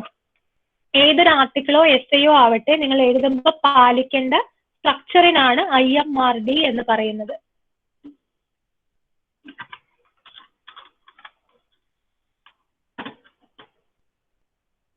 ഗസ് അടിക്കാൻ നിങ്ങൾക്ക് IMRD റിസർച്ച് ആർട്ടിക്കിൾസ് ഒക്കെ വായിച്ചിട്ടുള്ള ആർക്കും ഗസ് അടിക്കാവുന്നതേ ഉള്ളൂ. വളരെ സിമ്പിൾ ആണ്. ഒരു റിസർച്ച് പേപ്പറിൽ നിങ്ങൾ കാണുന്ന സബ് ഡിവിഷൻസ് എന്തൊക്കെയാണ്? Sub topics. ഇൻട്രൊഡക്ഷൻ കറക്റ്റ് ആണ്. ഇൻട്രൊഡക്ഷൻ കറക്റ്റ് ആണ്. അപ്പൊ ആദ്യമേ ഫസ്റ്റ് ക്ലൂ കിട്ടിയ സ്ഥിതിക്ക് ബാക്കിയുള്ളവർക്ക് ഇനി സുഖമായിട്ട് ഗസ് ചെയ്യാം. I stands for introduction. So M എന്താണ്, R എന്താണ്, D എന്താണ്? മെത്തഡോളജി ആയിരിക്കും M. അതെ അതെ കറക്റ്റ് ആണ്. പിന്നെ റിസൾട്ടും ഡിസ്കഷനും ആയിരിക്കും. അതെ അതെ കറക്റ്റ് ആണ്. ഓക്കെ, ചാറ്റ് ബോക്സിൽ ഉത്തരം വന്നു. അപർണ ഉണ്ണി, മെത്തഡോളജി കറക്റ്റ്. അപ്പം ഇത് സിമ്പിൾ ആണ്, നിങ്ങൾക്ക് അറിയാവുന്നതാണ്. പക്ഷെ എങ്കിലും ഒരു തുടക്കക്കാരെ സംബന്ധിച്ച് എങ്ങനെ ഞാൻ ആർട്ടിക്കിൾ സ്ട്രക്ചർ ചെയ്യും എന്നൊരു ഡൗട്ട് ഉണ്ടാവാം. അപ്പൊ അവർക്ക് യൂഷ്വലി എല്ലാ ജേർണൽസും സ്റ്റാൻഡേർഡ് ആയിട്ട് ഫോളോ ചെയ്യുന്ന ഒരു ഫോർമാറ്റ് ആണ് ഈ IMRD, start with an introduction. ചിലര് ഇൻട്രൊഡക്ഷനിൽ തന്നെ റിവ്യൂ ഓഫ് ലിറ്ററേച്ചർ എന്നൊരു ഭാഗം കൂടി വരാറുണ്ട്. അത് പക്ഷെ ഒരു PhD ലെവലൊക്കെ ആർട്ടിക്കിൾ എഴുതുന്നവർക്കാണ് അത്. അതല്ല നിങ്ങളൊരു ജസ്റ്റ് UG PG ലെവലിലുള്ളവർക്ക് ഇൻട്രൊഡക്ഷൻ മതിയാവും. റിവ്യൂ ഓഫ് ലിറ്ററേച്ചർ ഇൻട്രൊഡക്ഷനിൽ തന്നെ നിങ്ങൾക്ക് ഇൻക്ലൂഡ് ചെയ്യാവുന്നതാണ്. അതായത് ഇൻട്രൊഡക്ഷനിൽ ബേസിക്കലി നിങ്ങൾ എന്തിനെ കുറിച്ചാണ് പഠിക്കാൻ പോകുന്നത് അല്ലെങ്കിൽ എന്തിനെ കുറിച്ചാണ് എഴുതാൻ പോകുന്നത്, എന്തിനാണ് നിങ്ങൾ ഇതിനെക്കുറിച്ച് എഴുതുന്നത്, അതാണ് ഇൻട്രൊഡക്ഷനിൽ വരിക. സെക്കൻഡ് മെത്തേഡ്, നിങ്ങളത് എങ്ങനെയാണ് പഠിച്ചത്, ഏത് മെത്തേഡാണ് നിങ്ങൾ യൂസ് ചെയ്തത്, നിങ്ങൾ സർവേ ആണോ നടത്തിയത്, സെക്കൻഡറി ഡേറ്റ ആണോ എടുത്തത്, അതെയോ നിങ്ങൾ ലാബിൽ പോയി എക്സ്പെരിമെന്റ് ചെയ്യുമായിരുന്നു, അതൊക്കെയാണ് മെത്തേഡിൽ വരുന്നത്. തേർഡ് എന്ന് പറയുന്ന റിസൾട്ട്, എന്താണ് റിസൾട്ട് കിട്ടിയത്. ഫോർത്ത് എന്ന് പറയുന്നത് അതിനെ ഡിസ്കസ് ചെയ്യുക, ഇതാണ് result, so what, you got this result, so what, U found that there is A correlation between let's say height of a person and his attendance. So the next question will be, so what, why should I bother about it? So avana ningal discussion le konduvarendadu. So IMRD ennulladu method. So how to write IMRD? So introduction, method, result, discussion. Chelaru discussion um conclusion um orumiche ezhudum, chelaru discussion kayinittu conclusion veroru part aayittum ezhudarundu. ഒരു research ആർട്ടിക്കിളൊക്കെ വായിച്ച് ശീലമുള്ളവർക്ക് വളരെ സുപരിചിതമായ ഒരു template ആണിത്, വളരെ simple ആണിത്. ഇതിനെ തന്നെ കുറച്ചും കൂടെ നമ്മളൊന്ന് ഡീറ്റെയിൽ ആയിട്ട് നോക്കുകയാണെങ്കിൽ ഒരു anatomy of A scientific paper എന്ന് പറയുകയാണെങ്കിൽ പ്രധാനമായിട്ട് നമുക്കതിനെ 7 ആയിട്ട് തിരിക്കാം. First one, introduction. ഇൻട്രൊഡക്ഷനിൽ പറയേണ്ടത് what is already known about the topic, our understanding of the world. നിങ്ങളല്ല ലോകത്തിൽ ആദ്യമായിട്ട് ഇതിനെക്കുറിച്ച് പറയാൻ പോകുന്നത്. അപ്പോൾ ഓൾറെഡി ആൾക്കാർക്ക് ഇതിനെക്കുറിച്ച് എന്താണ് ധാരണ, അതാണ് നിങ്ങൾ ഇൻട്രൊഡക്ഷനിൽ പറയേണ്ടത്. സെക്കൻഡ് ആണ് നമ്മുടെ റിവ്യൂ ഓഫ് ലിറ്ററേച്ചർ എന്നൊരു സ്റ്റേജ്. അതിൽ പറയേണ്ടത് what is unknown. So first ഇതിൽ നിങ്ങൾ പറഞ്ഞു എന്തൊക്കെയാണ് ഓൾറെഡി ആൾക്കാർക്ക് അറിയാവുന്നത്. സെക്കൻഡ് സ്റ്റേജിൽ ഇതൊക്കെ അറിയാം, പക്ഷേ ഇന്ന് ചില കാര്യങ്ങളെ കുറിച്ച് ഇപ്പോഴും ആൾക്കാർക്ക് വലിയ ധാരണയില്ല, ഈ ചില ഏരിയകളിൽ ഇനിയും വേണ്ടത്ര പഠനങ്ങൾ നടന്നിട്ടില്ല, അതാണ് അൺനോൺ. നമ്മളെ റിസർച്ച് ഭാഷയിലാണെങ്കിൽ റിസർച്ച് ഗ്യാപ്പ് എന്ന് പറയും. അതായത് ഓൾറെഡി ഈ വിഷയത്തിൽ ഇന്ന ആൾക്കാർ ഇന്ന കാര്യങ്ങളെ കുറിച്ച് പഠിച്ചിട്ടുണ്ട്, പക്ഷെ ഈ ചില കാര്യങ്ങളിൽ വളരെയധികം പഠനങ്ങൾ നടന്നിട്ടില്ല. What is unknown. Third one, how and why we should fill the gap. Okay, ആൾക്കാർ പഠിച്ചിട്ടില്ല, പക്ഷെ അത് പഠിക്കേണ്ട അത്ര അത്യാവശ്യമുണ്ടോ, എന്തുകൊണ്ട് നമ്മൾ അതിനെക്കുറിച്ച് പഠിക്കണം, what is the relevance of your study. നിങ്ങളിപ്പോ ഇത് പഠിച്ചില്ല എന്ന് വെച്ച് ഇവിടെ എന്തെങ്കിലും നഷ്ടം ആർക്കെങ്കിലും സംഭവിക്കാൻ പോകുന്നുണ്ടോ, എന്തുകൊണ്ട് നിങ്ങൾ അത് പഠിച്ചു എന്നത് നിങ്ങൾ സമർത്ഥിക്കണം. അതാണ് how and why. Fourth one എന്ന് പറയുന്ന മെത്തേഡ്സ്. നമ്മൾ ഓൾറെഡി പറഞ്ഞു, നിങ്ങൾ എങ്ങനെയാണ് നിങ്ങളുടെ പഠനം മുന്നോട്ട് കൊണ്ടുപോയത്, what did you do. Then results, നിങ്ങൾ എന്ത് റിസൾട്ട്സ് ആണ് നിങ്ങൾക്ക് കിട്ടിയത്. പിന്നെ how do the results fill the gap. നിങ്ങൾക്ക് കിട്ടിയ റിസൾട്ട്സ് എങ്ങനെയാണ് ഓൾറെഡി എക്സിസ്റ്റ് ചെയ്തിട്ടുള്ള ഗ്യാപ്പിനെ ഫില്ല് ചെയ്യുന്നത്.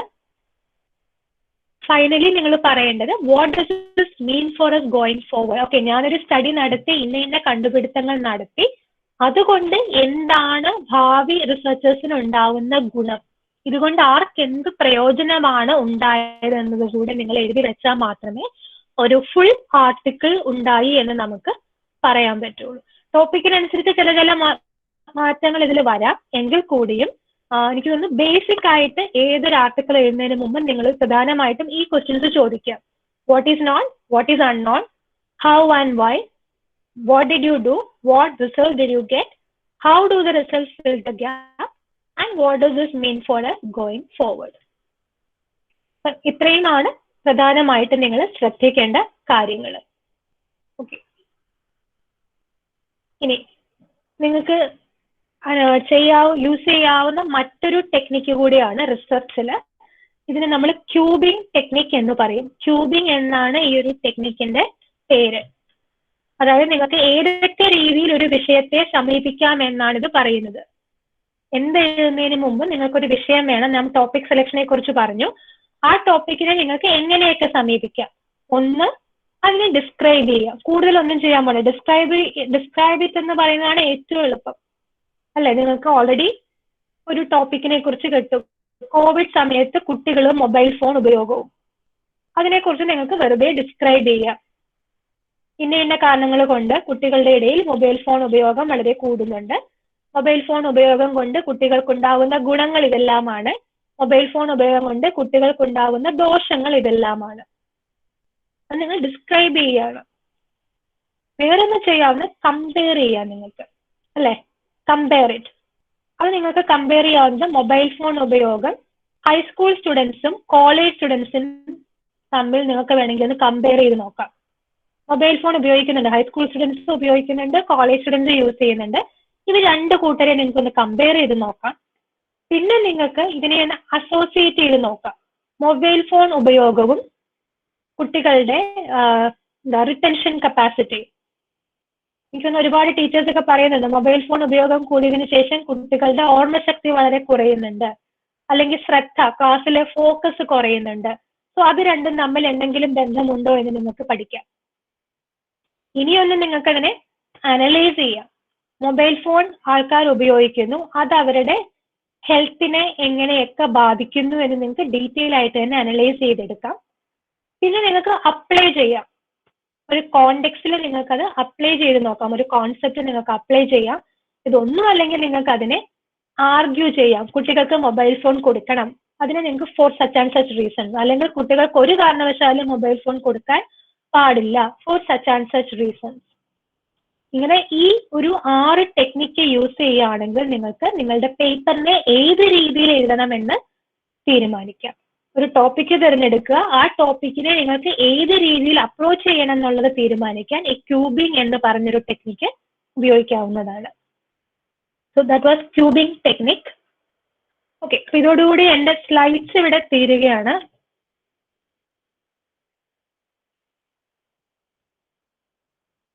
ഓൾമോസ്റ്റ് 1 അവർ ഇപ്പം ഞാൻ ഒരു 1 വേ ആയിട്ട് സംസാരിക്കുകയാണ് ചെയ്തത്. ഇനി നിങ്ങളുടെ അടുത്ത് നിന്ന് ക്വസ്റ്റ്യൻസ് കിട്ടിയാൽ മാത്രമേ എനിക്ക് എന്തെങ്കിലും പറയാൻ സാധിക്കുള്ളൂ. അപ്പം നമുക്കൊരു ഇന്ററാക്റ്റീവ് സെഷൻ പോലെ ചെയ്യാം.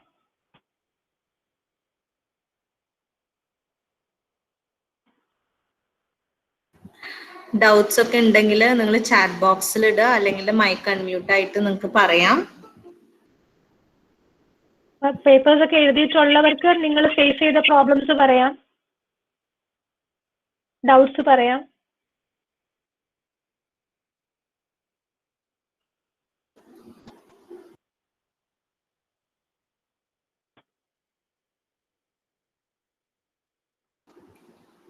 മാം ഒരു കാര്യം ചോദിച്ചോട്ടെ മാം?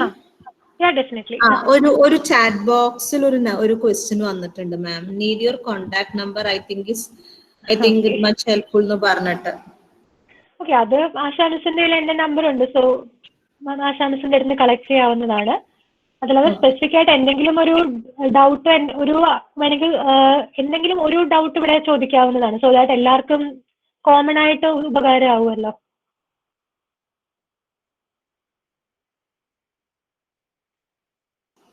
മാം, നമ്മുടെ ഇൻസ്റ്റിറ്റ്യൂഷനിൽ ഇപ്പൊ ഒത്തിരി ടീച്ചേഴ്സ് ഉണ്ട്, നമ്മൾ ഉൾപ്പെടെ. അപ്പോ വളരെ കുറച്ച് ആൾക്കാർ മാത്രമേ ചെറിയ തോതിലെങ്കിലും, ഇപ്പൊ എന്നെയൊക്കെ സംബന്ധിച്ചിടത്തോളം ഞാൻ ക്യുസാറ്റിലൊക്കെ വന്ന് കോഴ്സ് വർക്കിന്റെ ഒക്കെ ഓറിയന്റേഷന്റെ ഭാഗമായിട്ടാണ് നമ്മള് നല്ല ജേർണൽസ് ഐഡന്റിഫൈ ചെയ്യാനും നല്ല നല്ല ഒരു ആർട്ടിക്കിൾസിനെ കുറിച്ചിട്ടുള്ള ഒരു ഐഡിയ, മറ്റതൊക്കെ നമ്മൾ സാധാരണ നമുക്ക് അറിയണ്ടായിരുന്നില്ല അതിനെ കുറിച്ചിട്ട്. അപ്പൊ ഈ ആർട്ടിക്കിൾസ് എനിക്ക് തോന്നുന്നു ഇത് സ്റ്റാർട്ട് അതിനെന്തെങ്കിലും ഒരു ടിപ്സ് പോലെയോ, അതായത് ഇപ്പോ പലർക്കും ഇങ്ങനെ സ്റ്റാർട്ട് ചെയ്യണം, പലരും റിസർച്ച് ഒന്നും അങ്ങനെ സീരിയസ് ആയിട്ട് എടുത്ത് തുടങ്ങിയവരല്ല. ടീച്ചേഴ്സിന് ചെയ്യാവുന്ന ഒരു കാര്യം, നിങ്ങൾക്ക് എനിക്ക് മനസ്സിലാക്കിയത് നിങ്ങൾക്ക് BBA ഭാഗമായിട്ട് പ്രോജക്റ്റ് ഉണ്ടല്ലോ അല്ലെ? പ്രോജക്റ്റ് കമ്പൽസറി അല്ലേ? BBA ഉണ്ട്, അതുപോലെ നമ്മുടെ അവിടെ സൈക്കോളജിയിലെ ടീച്ചേഴ്സ്, അതുപോലെ BSW, BTTM അങ്ങനെയുള്ള അവർക്ക് എല്ലാവർക്കും പ്രോജക്ട്സ് ഉണ്ട്. ഓക്കെ, അപ്പൊ നിങ്ങൾക്ക് ഒരു പ്രോജക്റ്റ് ഇപ്പൊ ഒരു 10 കുട്ടികൾ നിങ്ങളുടെ കീഴിൽ ചെയ്യുകയാണെന്ന് വെച്ചാൽ, എനിക്ക് കറക്റ്റ് നമ്പർ അറിയില്ല, പക്ഷെ ഒരു 10 പേര് ചെയ്യുമ്പോൾ അതിൽ ഒരു കുട്ടിയെങ്കിലും വളരെ നന്നായിട്ട് ചെയ്യുന്ന ഒരാളുണ്ടാവുമല്ലോ അല്ലെ? ഈസിലി എനിക്ക് തോന്നുന്നു ഒരാളെങ്കിലും നിങ്ങൾക്ക് കിട്ടും. അപ്പൊ ആ ഒരു സ്റ്റുഡന്റിന്റെ വർക്ക് എടുത്ത് അത് ആ ഒരു സ്റ്റുഡന്റിനോട് പേപ്പറായിട്ട് കൺവേർട്ട് ചെയ്യാൻ പറഞ്ഞാൽ അവർക്ക് ഈ ഒരു സ്റ്റേജിൽ ബുദ്ധിമുട്ടാവും. അപ്പൊ നിങ്ങൾ തന്നെ ചെയ്യണം. സ്റ്റുഡന്റിനെ കൊണ്ട് ചെയ്യിക്കാന്ന് വിചാരിക്കരുത്, അവർ ഓൾറെഡി പ്രോജക്റ്റ് ചെയ്ത് വെച്ചിട്ടുണ്ട്. അപ്പൊ അത് നിങ്ങൾ ഇനിഷ്യേറ്റീവ് എടുത്ത് അതൊരു പേപ്പറായിട്ട് പബ്ലിഷ് ചെയ്യുക. അതായിരിക്കണം തുടക്കം. കാരണം ഓൾറെഡി കംപ്ലീറ്റഡ് ആയിട്ടുള്ള ഒരു വർക്ക് നിങ്ങളുടെ ഉണ്ട്.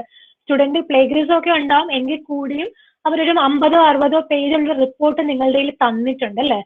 അപ്പൊ ആ ഒരു റിപ്പോർട്ടിനെ നിങ്ങൾക്ക് ഒരു 10 പേജുള്ള ആർട്ടിക്കിൾ ആയിട്ട് മാറ്റാൻ അത്ര വിഷമമുണ്ടോ? ഒന്നൊരു 2 ദിവസം ഇരുന്നാൽ അല്ലെങ്കിൽ ഒരാഴ്ച ഇരുന്നാൽ ചെയ്യാവുന്ന കാര്യമേ ഉള്ളൂ. കാരണം ഓൾറെഡി ആ കുട്ടി ഡേറ്റ കളക്ട് ചെയ്തു, അല്ലെങ്കിൽ ഏത് മെത്തേഡും ആവട്ടെ ഒരു വർക്ക് ചെയ്ത് റിസൾട്ടും എല്ലാം റെഡിയാക്കി വെച്ചിട്ടുണ്ട്. ആ ഒരു ഫോർമാറ്റിലോട്ട് ആക്കിയാൽ മതി. അത് ഒരു ഞാൻ ഇതിനു മുമ്പ് ക്രൈസ്റ്റ് യൂണിവേഴ്സിറ്റി ബാംഗ്ലൂരിൽ വർക്ക് ചെയ്തിരുന്നു. അപ്പൊ അവിടെ കമ്പൽസറി ആയിരുന്നു നിങ്ങളുടെ കീഴിൽ പ്രോജക്റ്റ് ചെയ്യുന്ന സ്റ്റുഡൻസിന്റെ പ്രോജക്റ്റുകളിൽ നിന്ന് ഒരു പ്രോജക്റ്റ് എങ്കിലും പേപ്പർ ആയിട്ട് കൺവേർട്ട് ചെയ്യണം എന്നുള്ളത്. ഇനിയിപ്പം ആദ്യമേ തന്നെ പേപ്പർ ആയിട്ട് കൺവേർട്ട് ചെയ്യാൻ ബുദ്ധിമുട്ടാണെങ്കിൽ അറ്റ്ലീസ്റ്റ് ഒരു കോൺഫറൻസ് പേപ്പർ എങ്കിലും ആയിട്ട് മാറ്റുക. എന്നിട്ടൊരു കോൺഫറൻസിന് അയക്കുക. പ്രത്യേകിച്ച് ഈ ഒരു സമയമൊക്കെ നിങ്ങൾക്ക് യൂസ് ചെയ്യാം. കാരണം ഇപ്പോൾ ഒരുപാട് കോൺഫറൻസസ് ഓൺലൈൻ ആയിട്ട് നടക്കുന്നുണ്ട്. അപ്പൊ ഓൺലൈൻ കോൺഫറൻസസ് ആയതുകൊണ്ട് നിങ്ങൾക്ക് ഈ പറഞ്ഞ പോലെ ലീവ് കിട്ടില്ല അല്ലെങ്കിൽ പോവാൻ പറ്റില്ല എന്നുള്ള പ്രശ്നങ്ങളൊന്നുമില്ല. അപ്പൊ ഈ ഒരു സമയം യൂസ് ചെയ്ത് നിങ്ങളുടെ പ്രോജക്റ്റ് വർക്കിൽ ചെയ്ത സ്റ്റുഡന്റിന്റെ ഒരു വർക്ക് എടുത്ത് ഒരു 4-5 പേജുള്ള ഒരു കോൺഫറൻസ് പേപ്പർ ആയിട്ട് മാറ്റാൻ ഈ പറയുന്ന ബുദ്ധിമുട്ടൊന്നുമില്ല. ഒന്ന് നിങ്ങൾ ഇരുന്നാൽ ചെയ്യാവുന്ന കാര്യമേ ഉള്ളൂ. അപ്പൊ കോൺഫറൻസ് പേപ്പർ എടുത്ത് കുറച്ചൊരു കോൺഫിഡൻസ് ആവുമ്പോൾ എനിക്ക് തോന്നുന്നു അതിൽ നിന്ന് നിങ്ങൾക്ക് ഗ്രാജുവലി ഒരു റിസർച്ച് ആർട്ടിക്കിളിലോട്ട് പോകാവുന്നതാണ്. സോ സ്റ്റാർട്ടിംഗ് പോയിന്റ് ഏറ്റവും ഈസി ആയിട്ടുള്ളത് നിങ്ങളുടെ ടീച്ചേഴ്സിനെ സംബന്ധിച്ച്, ബാക്കി ജോലികളിൽ വർക്ക് ചെയ്യുന്നവരെ അപേക്ഷിച്ച് ടീച്ചേഴ്സിന് ഒരുപാട് അഡ്വാൻറ്റേജ് ഉണ്ട്. നിങ്ങളുടെ കീഴിൽ ഒരുപാട് നല്ല കുട്ടികൾ വന്ന് പ്രോജക്റ്റ് ചെയ്യുന്നുണ്ട്. അപ്പൊ അത് ചെയ്യാന്നുള്ളത് തന്നെയാണ് ഏറ്റവും പ്രധാനം.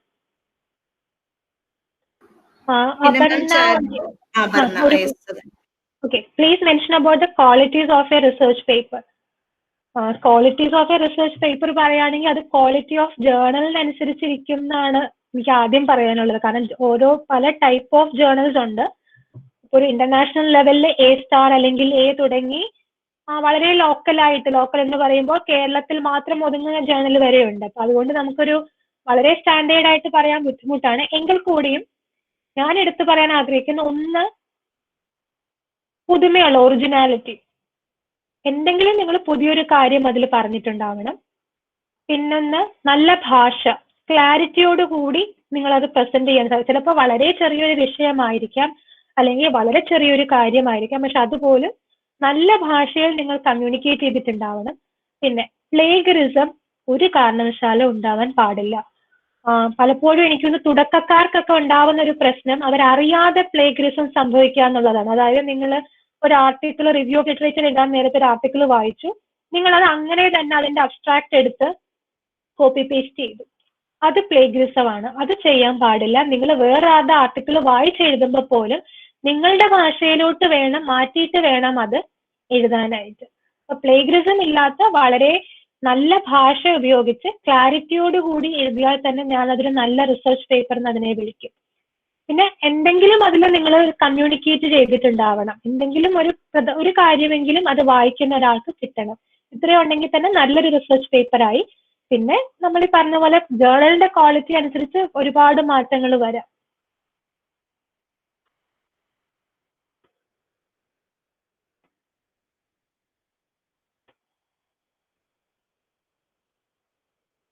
പിന്നെ വലിയ ജേർണൽസിലൊക്കെ അയക്കുമ്പോൾ നിങ്ങൾക്ക് ഒന്ന് പ്രത്യേകം പറയാനുള്ളത്, നിങ്ങൾ അയക്കുമ്പോൾ തന്നെ ഒരു ജേർണലും 2 കൈയ്യും നീട്ടി നിങ്ങളുടെ പേപ്പർ അക്സെപ്റ്റ് ചെയ്യാൻ പോകുന്നില്ല. സോ റിജക്ഷൻ എന്ന് പറയുന്നത് ഇതിന്റെ ഭാഗമായിട്ടുള്ളതാണ്, ഇന്റർനാഷണൽ ജേർണൽസിൽ പ്രത്യേകിച്ച്. അപ്പൊ അതുകൊണ്ട് അതിന് റെഡി ആയിട്ടിരിക്കുക. ജേർണലിൽ നിന്ന് നിങ്ങളുടെ ഒരു പേപ്പർ റിജക്ട് ചെയ്യാന്ന് പറയുന്നതൊന്നും നിങ്ങൾ നാണക്കേടെന്ന് വിചാരിക്കേണ്ട ഒരു കാര്യമൊന്നുമല്ല. എനിക്ക് തോന്നുന്നു ഇപ്പോഴും നല്ല ഒരുമാതിരി എല്ലാ ഫാക്കൽറ്റി അല്ലെങ്കിൽ റിസർച്ചിനെ സംബന്ധിച്ചിടത്തോളം നല്ല ജേർണലിൽ അയക്കുമ്പോൾ റിജക്ഷൻ നടക്കുന്നത് സ്വാഭാവികം തന്നെയാണ്. അപ്പൊ അതിൽ നിങ്ങൾ ഒട്ടും തളരരുത്. പിന്നെ ശ്രദ്ധിക്കേണ്ട ഒരു കാര്യം, ഫേക്ക് ജേർണൽസ് അല്ലെങ്കിൽ പ്രിഡേറ്ററി ജേർണൽസ് എന്ന് പറഞ്ഞൊരു കാറ്റഗറി ഉണ്ട്. പല ജേർണൽസും കാശ് വാങ്ങി പബ്ലിഷ് ചെയ്യുന്ന ജേർണൽസ് ഉണ്ട്. അതൊക്കെ ഒരുതരം ട്രാപ്പാണ്. അതിൽ വീഴാതിരിക്കുക, കാശ് കൊടുത്തുള്ള പബ്ലിക്കേഷനിൽ പോവാതിരിക്കുക. പ്രിഡേറ്ററി ജേർണൽസ്, അതായത് നിങ്ങൾ ഒരു ആർട്ടിക്കിൾ ഇന്ന് അയച്ചു കൊടുത്തു, അടുത്ത ആഴ്ച അവർ നിങ്ങളുടെ ജേർണലിൽ പബ്ലിഷ് ചെയ്യും. അങ്ങനെയാണെങ്കിൽ തന്നെ ഉറപ്പാണ് അത് വളരെ മോശം ക്വാളിറ്റി, കാശിന് വേണ്ടി മാത്രമുള്ള ഒരു ജേർണലാണ്. അങ്ങനെയുള്ള ജേർണൽസിലൊന്നും നിങ്ങളുടെ ആർട്ടിക്കിൾ കൊടുത്ത് നിങ്ങളുടെ തന്നെ ക്വാളിറ്റി മോശമാക്കാതിരിക്കുക. നല്ല ജേർണൽസിൽ അല്ലെങ്കിൽ പിയർ റിവ്യൂഡ് എന്ന് പറയുന്ന ജേർണൽസിൽ മാത്രം നിങ്ങൾ അയച്ച് പബ്ലിഷ് ചെയ്യുക. ഇതാണ് ശ്രദ്ധിക്കേണ്ട ഒരു കാര്യങ്ങൾ. ഓക്കെ മാം, മാം ഒരുപാട് ടൈമായി ഞങ്ങക്ക് ലൈക്ക് നമ്മൾ 1 അവറാണ് മാമിനോട് പറഞ്ഞിരുന്നത്. മാം ആക്ച്വലി അതിലും കൂടുതൽ ടൈം ഞങ്ങൾക്ക് വേണ്ടി സ്പെൻഡ് ചെയ്തു. അപ്പൊ ആരെങ്കിലും മാമിനോട് ചോദിക്കാൻ ഞാൻ മാമിന്റെ നമ്പർ ഒന്ന് ഷെയർ ചെയ്ത് കൊടുക്കാം. ആവശ്യമുള്ളവർക്ക് നമ്പറും എന്റെ ഇമെയിൽ ഐ ഡിയും കൊടുത്തോളൂ. ഇമെയിൽ ഐ ഡിയും കൊടുക്കാം മാം, ഡെഫിനറ്റ്ലി. ഒരുപാട് അതായത് എനിക്ക് വളരെ എന്താ പറയാ, ഞങ്ങളെ പോലെ ഒരു ചെറിയ ഇൻസ്റ്റിറ്റ്യൂഷനിൽ ഇങ്ങനെയൊക്കെ ഒരു എന്താ പറയാ നാക്കിന്റെ സ്കോർ ഇംപ്രൂവ് ആക്കണം, നമ്മുടെ ടീച്ചേഴ്സിന്റെ ക്വാളിറ്റി എൻഹാൻസ് ചെയ്യണം എന്നൊക്കെയുള്ള ഒരു ആഗ്രഹം ഞങ്ങളുടെ കോളേജ് തലത്തിൽ ഒരു വിഷനൊക്കെ ആയി വന്നപ്പോ ക്യുസാറ്റ് പോലുള്ള ഒരു അത്രയും പ്രസ്റ്റീജിയസ് ഒരു ഇൻസ്റ്റിറ്റ്യൂട്ടിൽ നിന്ന് റിസർച്ചിന്റെ ഒക്കെ ഒരു അത്രയും മേലെ നിൽക്കുന്ന മാമിനെ ഇപ്പൊ ഒരാളോട് ഞാൻ ജസ്റ്റ് ഒന്ന് മാമിനെ വിളിച്ചു ചോദിച്ചുള്ളൂ ഫോണില്. അപ്പൊ എനിക്ക് ഭയങ്കര അത്ഭുതവും സന്തോഷവും തോന്നി. കാരണം ഞാൻ ചോദിച്ചു മാം എന്തായിരിക്കും പറയാ, ഞാൻ അങ്ങനെ വിളിച്ചു ചോദിക്കുന്നത് മോശമാണോ? പക്ഷെ ഒത്തിരി താങ്ക്സ് ഉണ്ട് മാം, കാരണം ഭയങ്കര it was worth listening to you. ഞാൻ മാം ഈ പറഞ്ഞ കാര്യങ്ങളും നമ്മളുടെ കോഴ്സ് വർക്കിന്റെ ഭാഗമായിട്ടൊക്കെ ഒത്തിരി കേട്ടിട്ടുണ്ട്. ഇപ്പോഴും നമ്മൾ അഡ്വൈസും കോണ്ടാക്ടും ഒക്കെ ഇത്തരം കാര്യങ്ങൾക്ക് ഡെഫിനറ്റ്ലി മാമിനെ ചെയ്യുന്ന ഒരാളുമാണ്. പക്ഷെ ഞങ്ങളുടെ കോളേജിലുള്ള മറ്റ് ടീച്ചേഴ്സിനും ഈവൻ സ്റ്റുഡൻസിനും പുറത്തുനിന്നുള്ള ആൾക്കാർക്കൊക്കെ ഇങ്ങനൊരു അവസരം അങ്ങനെ ഒരു അവസരം ഒരുക്കാൻ മാം സമ്മതിച്ചത് തന്നെ ഒത്തിരി നന്ദിയുണ്ട്.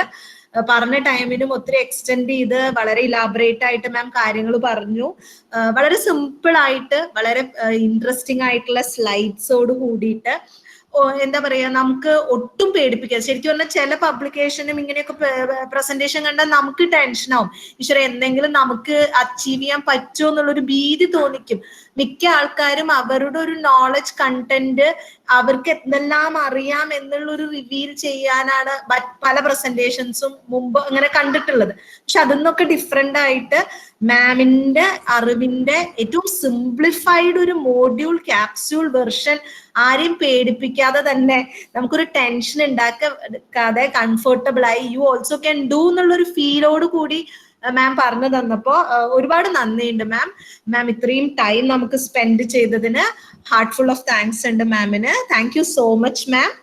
Thank you. Thank you Asha, thank you so much. Okay okay, thank you ma'am. Thank you. അപ്പൊ നമ്മുടെ സെഷൻ ഇവിടെ തീരാണ്. നിങ്ങൾ പാർട്ടിസിപ്പേറ്റ് ചെയ്ത എല്ലാവർക്കും ഒരുപാട് താങ്ക്സ്. നിങ്ങൾക്ക് സംശയവും കൺസേൺസും ഒക്കെ ഉണ്ടെങ്കിൽ നമ്പർ മാം പറഞ്ഞ പോലെ തരാം. അപ്പോൾ എല്ലാവരും നമ്മുടെ കോളേജിലുള്ള ടീച്ചേഴ്സിനോട് പ്രത്യേകിച്ച് പറയാനുള്ളതാണ്, ഇങ്ങനെ ഒരു സെഷൻ തന്നെ ലെക്ചർ സീരീസ് തന്നെ ഞങ്ങൾ വെച്ചത് നിങ്ങൾക്കൊന്ന് മോട്ടിവേറ്റ് ചെയ്യാനാണ്. അപ്പൊ ഡെഫിനറ്റ്ലി മാമിന്റെ ക്ലാസ് അതൊരു മോട്ടിവേഷൻ ആയിട്ടുണ്ടായിരിക്കും എന്ന് വിചാരിക്കുന്നു. സോ മാം പറഞ്ഞ കാര്യങ്ങളൊക്കെ മനസ്സിൽ വെച്ചിട്ട് നമുക്ക് എല്ലാവർക്കും ഓരോ സൈഡിൽ നിന്ന് ഇനി ഓരോ ആർട്ടിക്കിൾസ് ഒക്കെ എഴുതി തുടങ്ങാം. So with this we wind up the session. Thank you all for your participation. Thank you.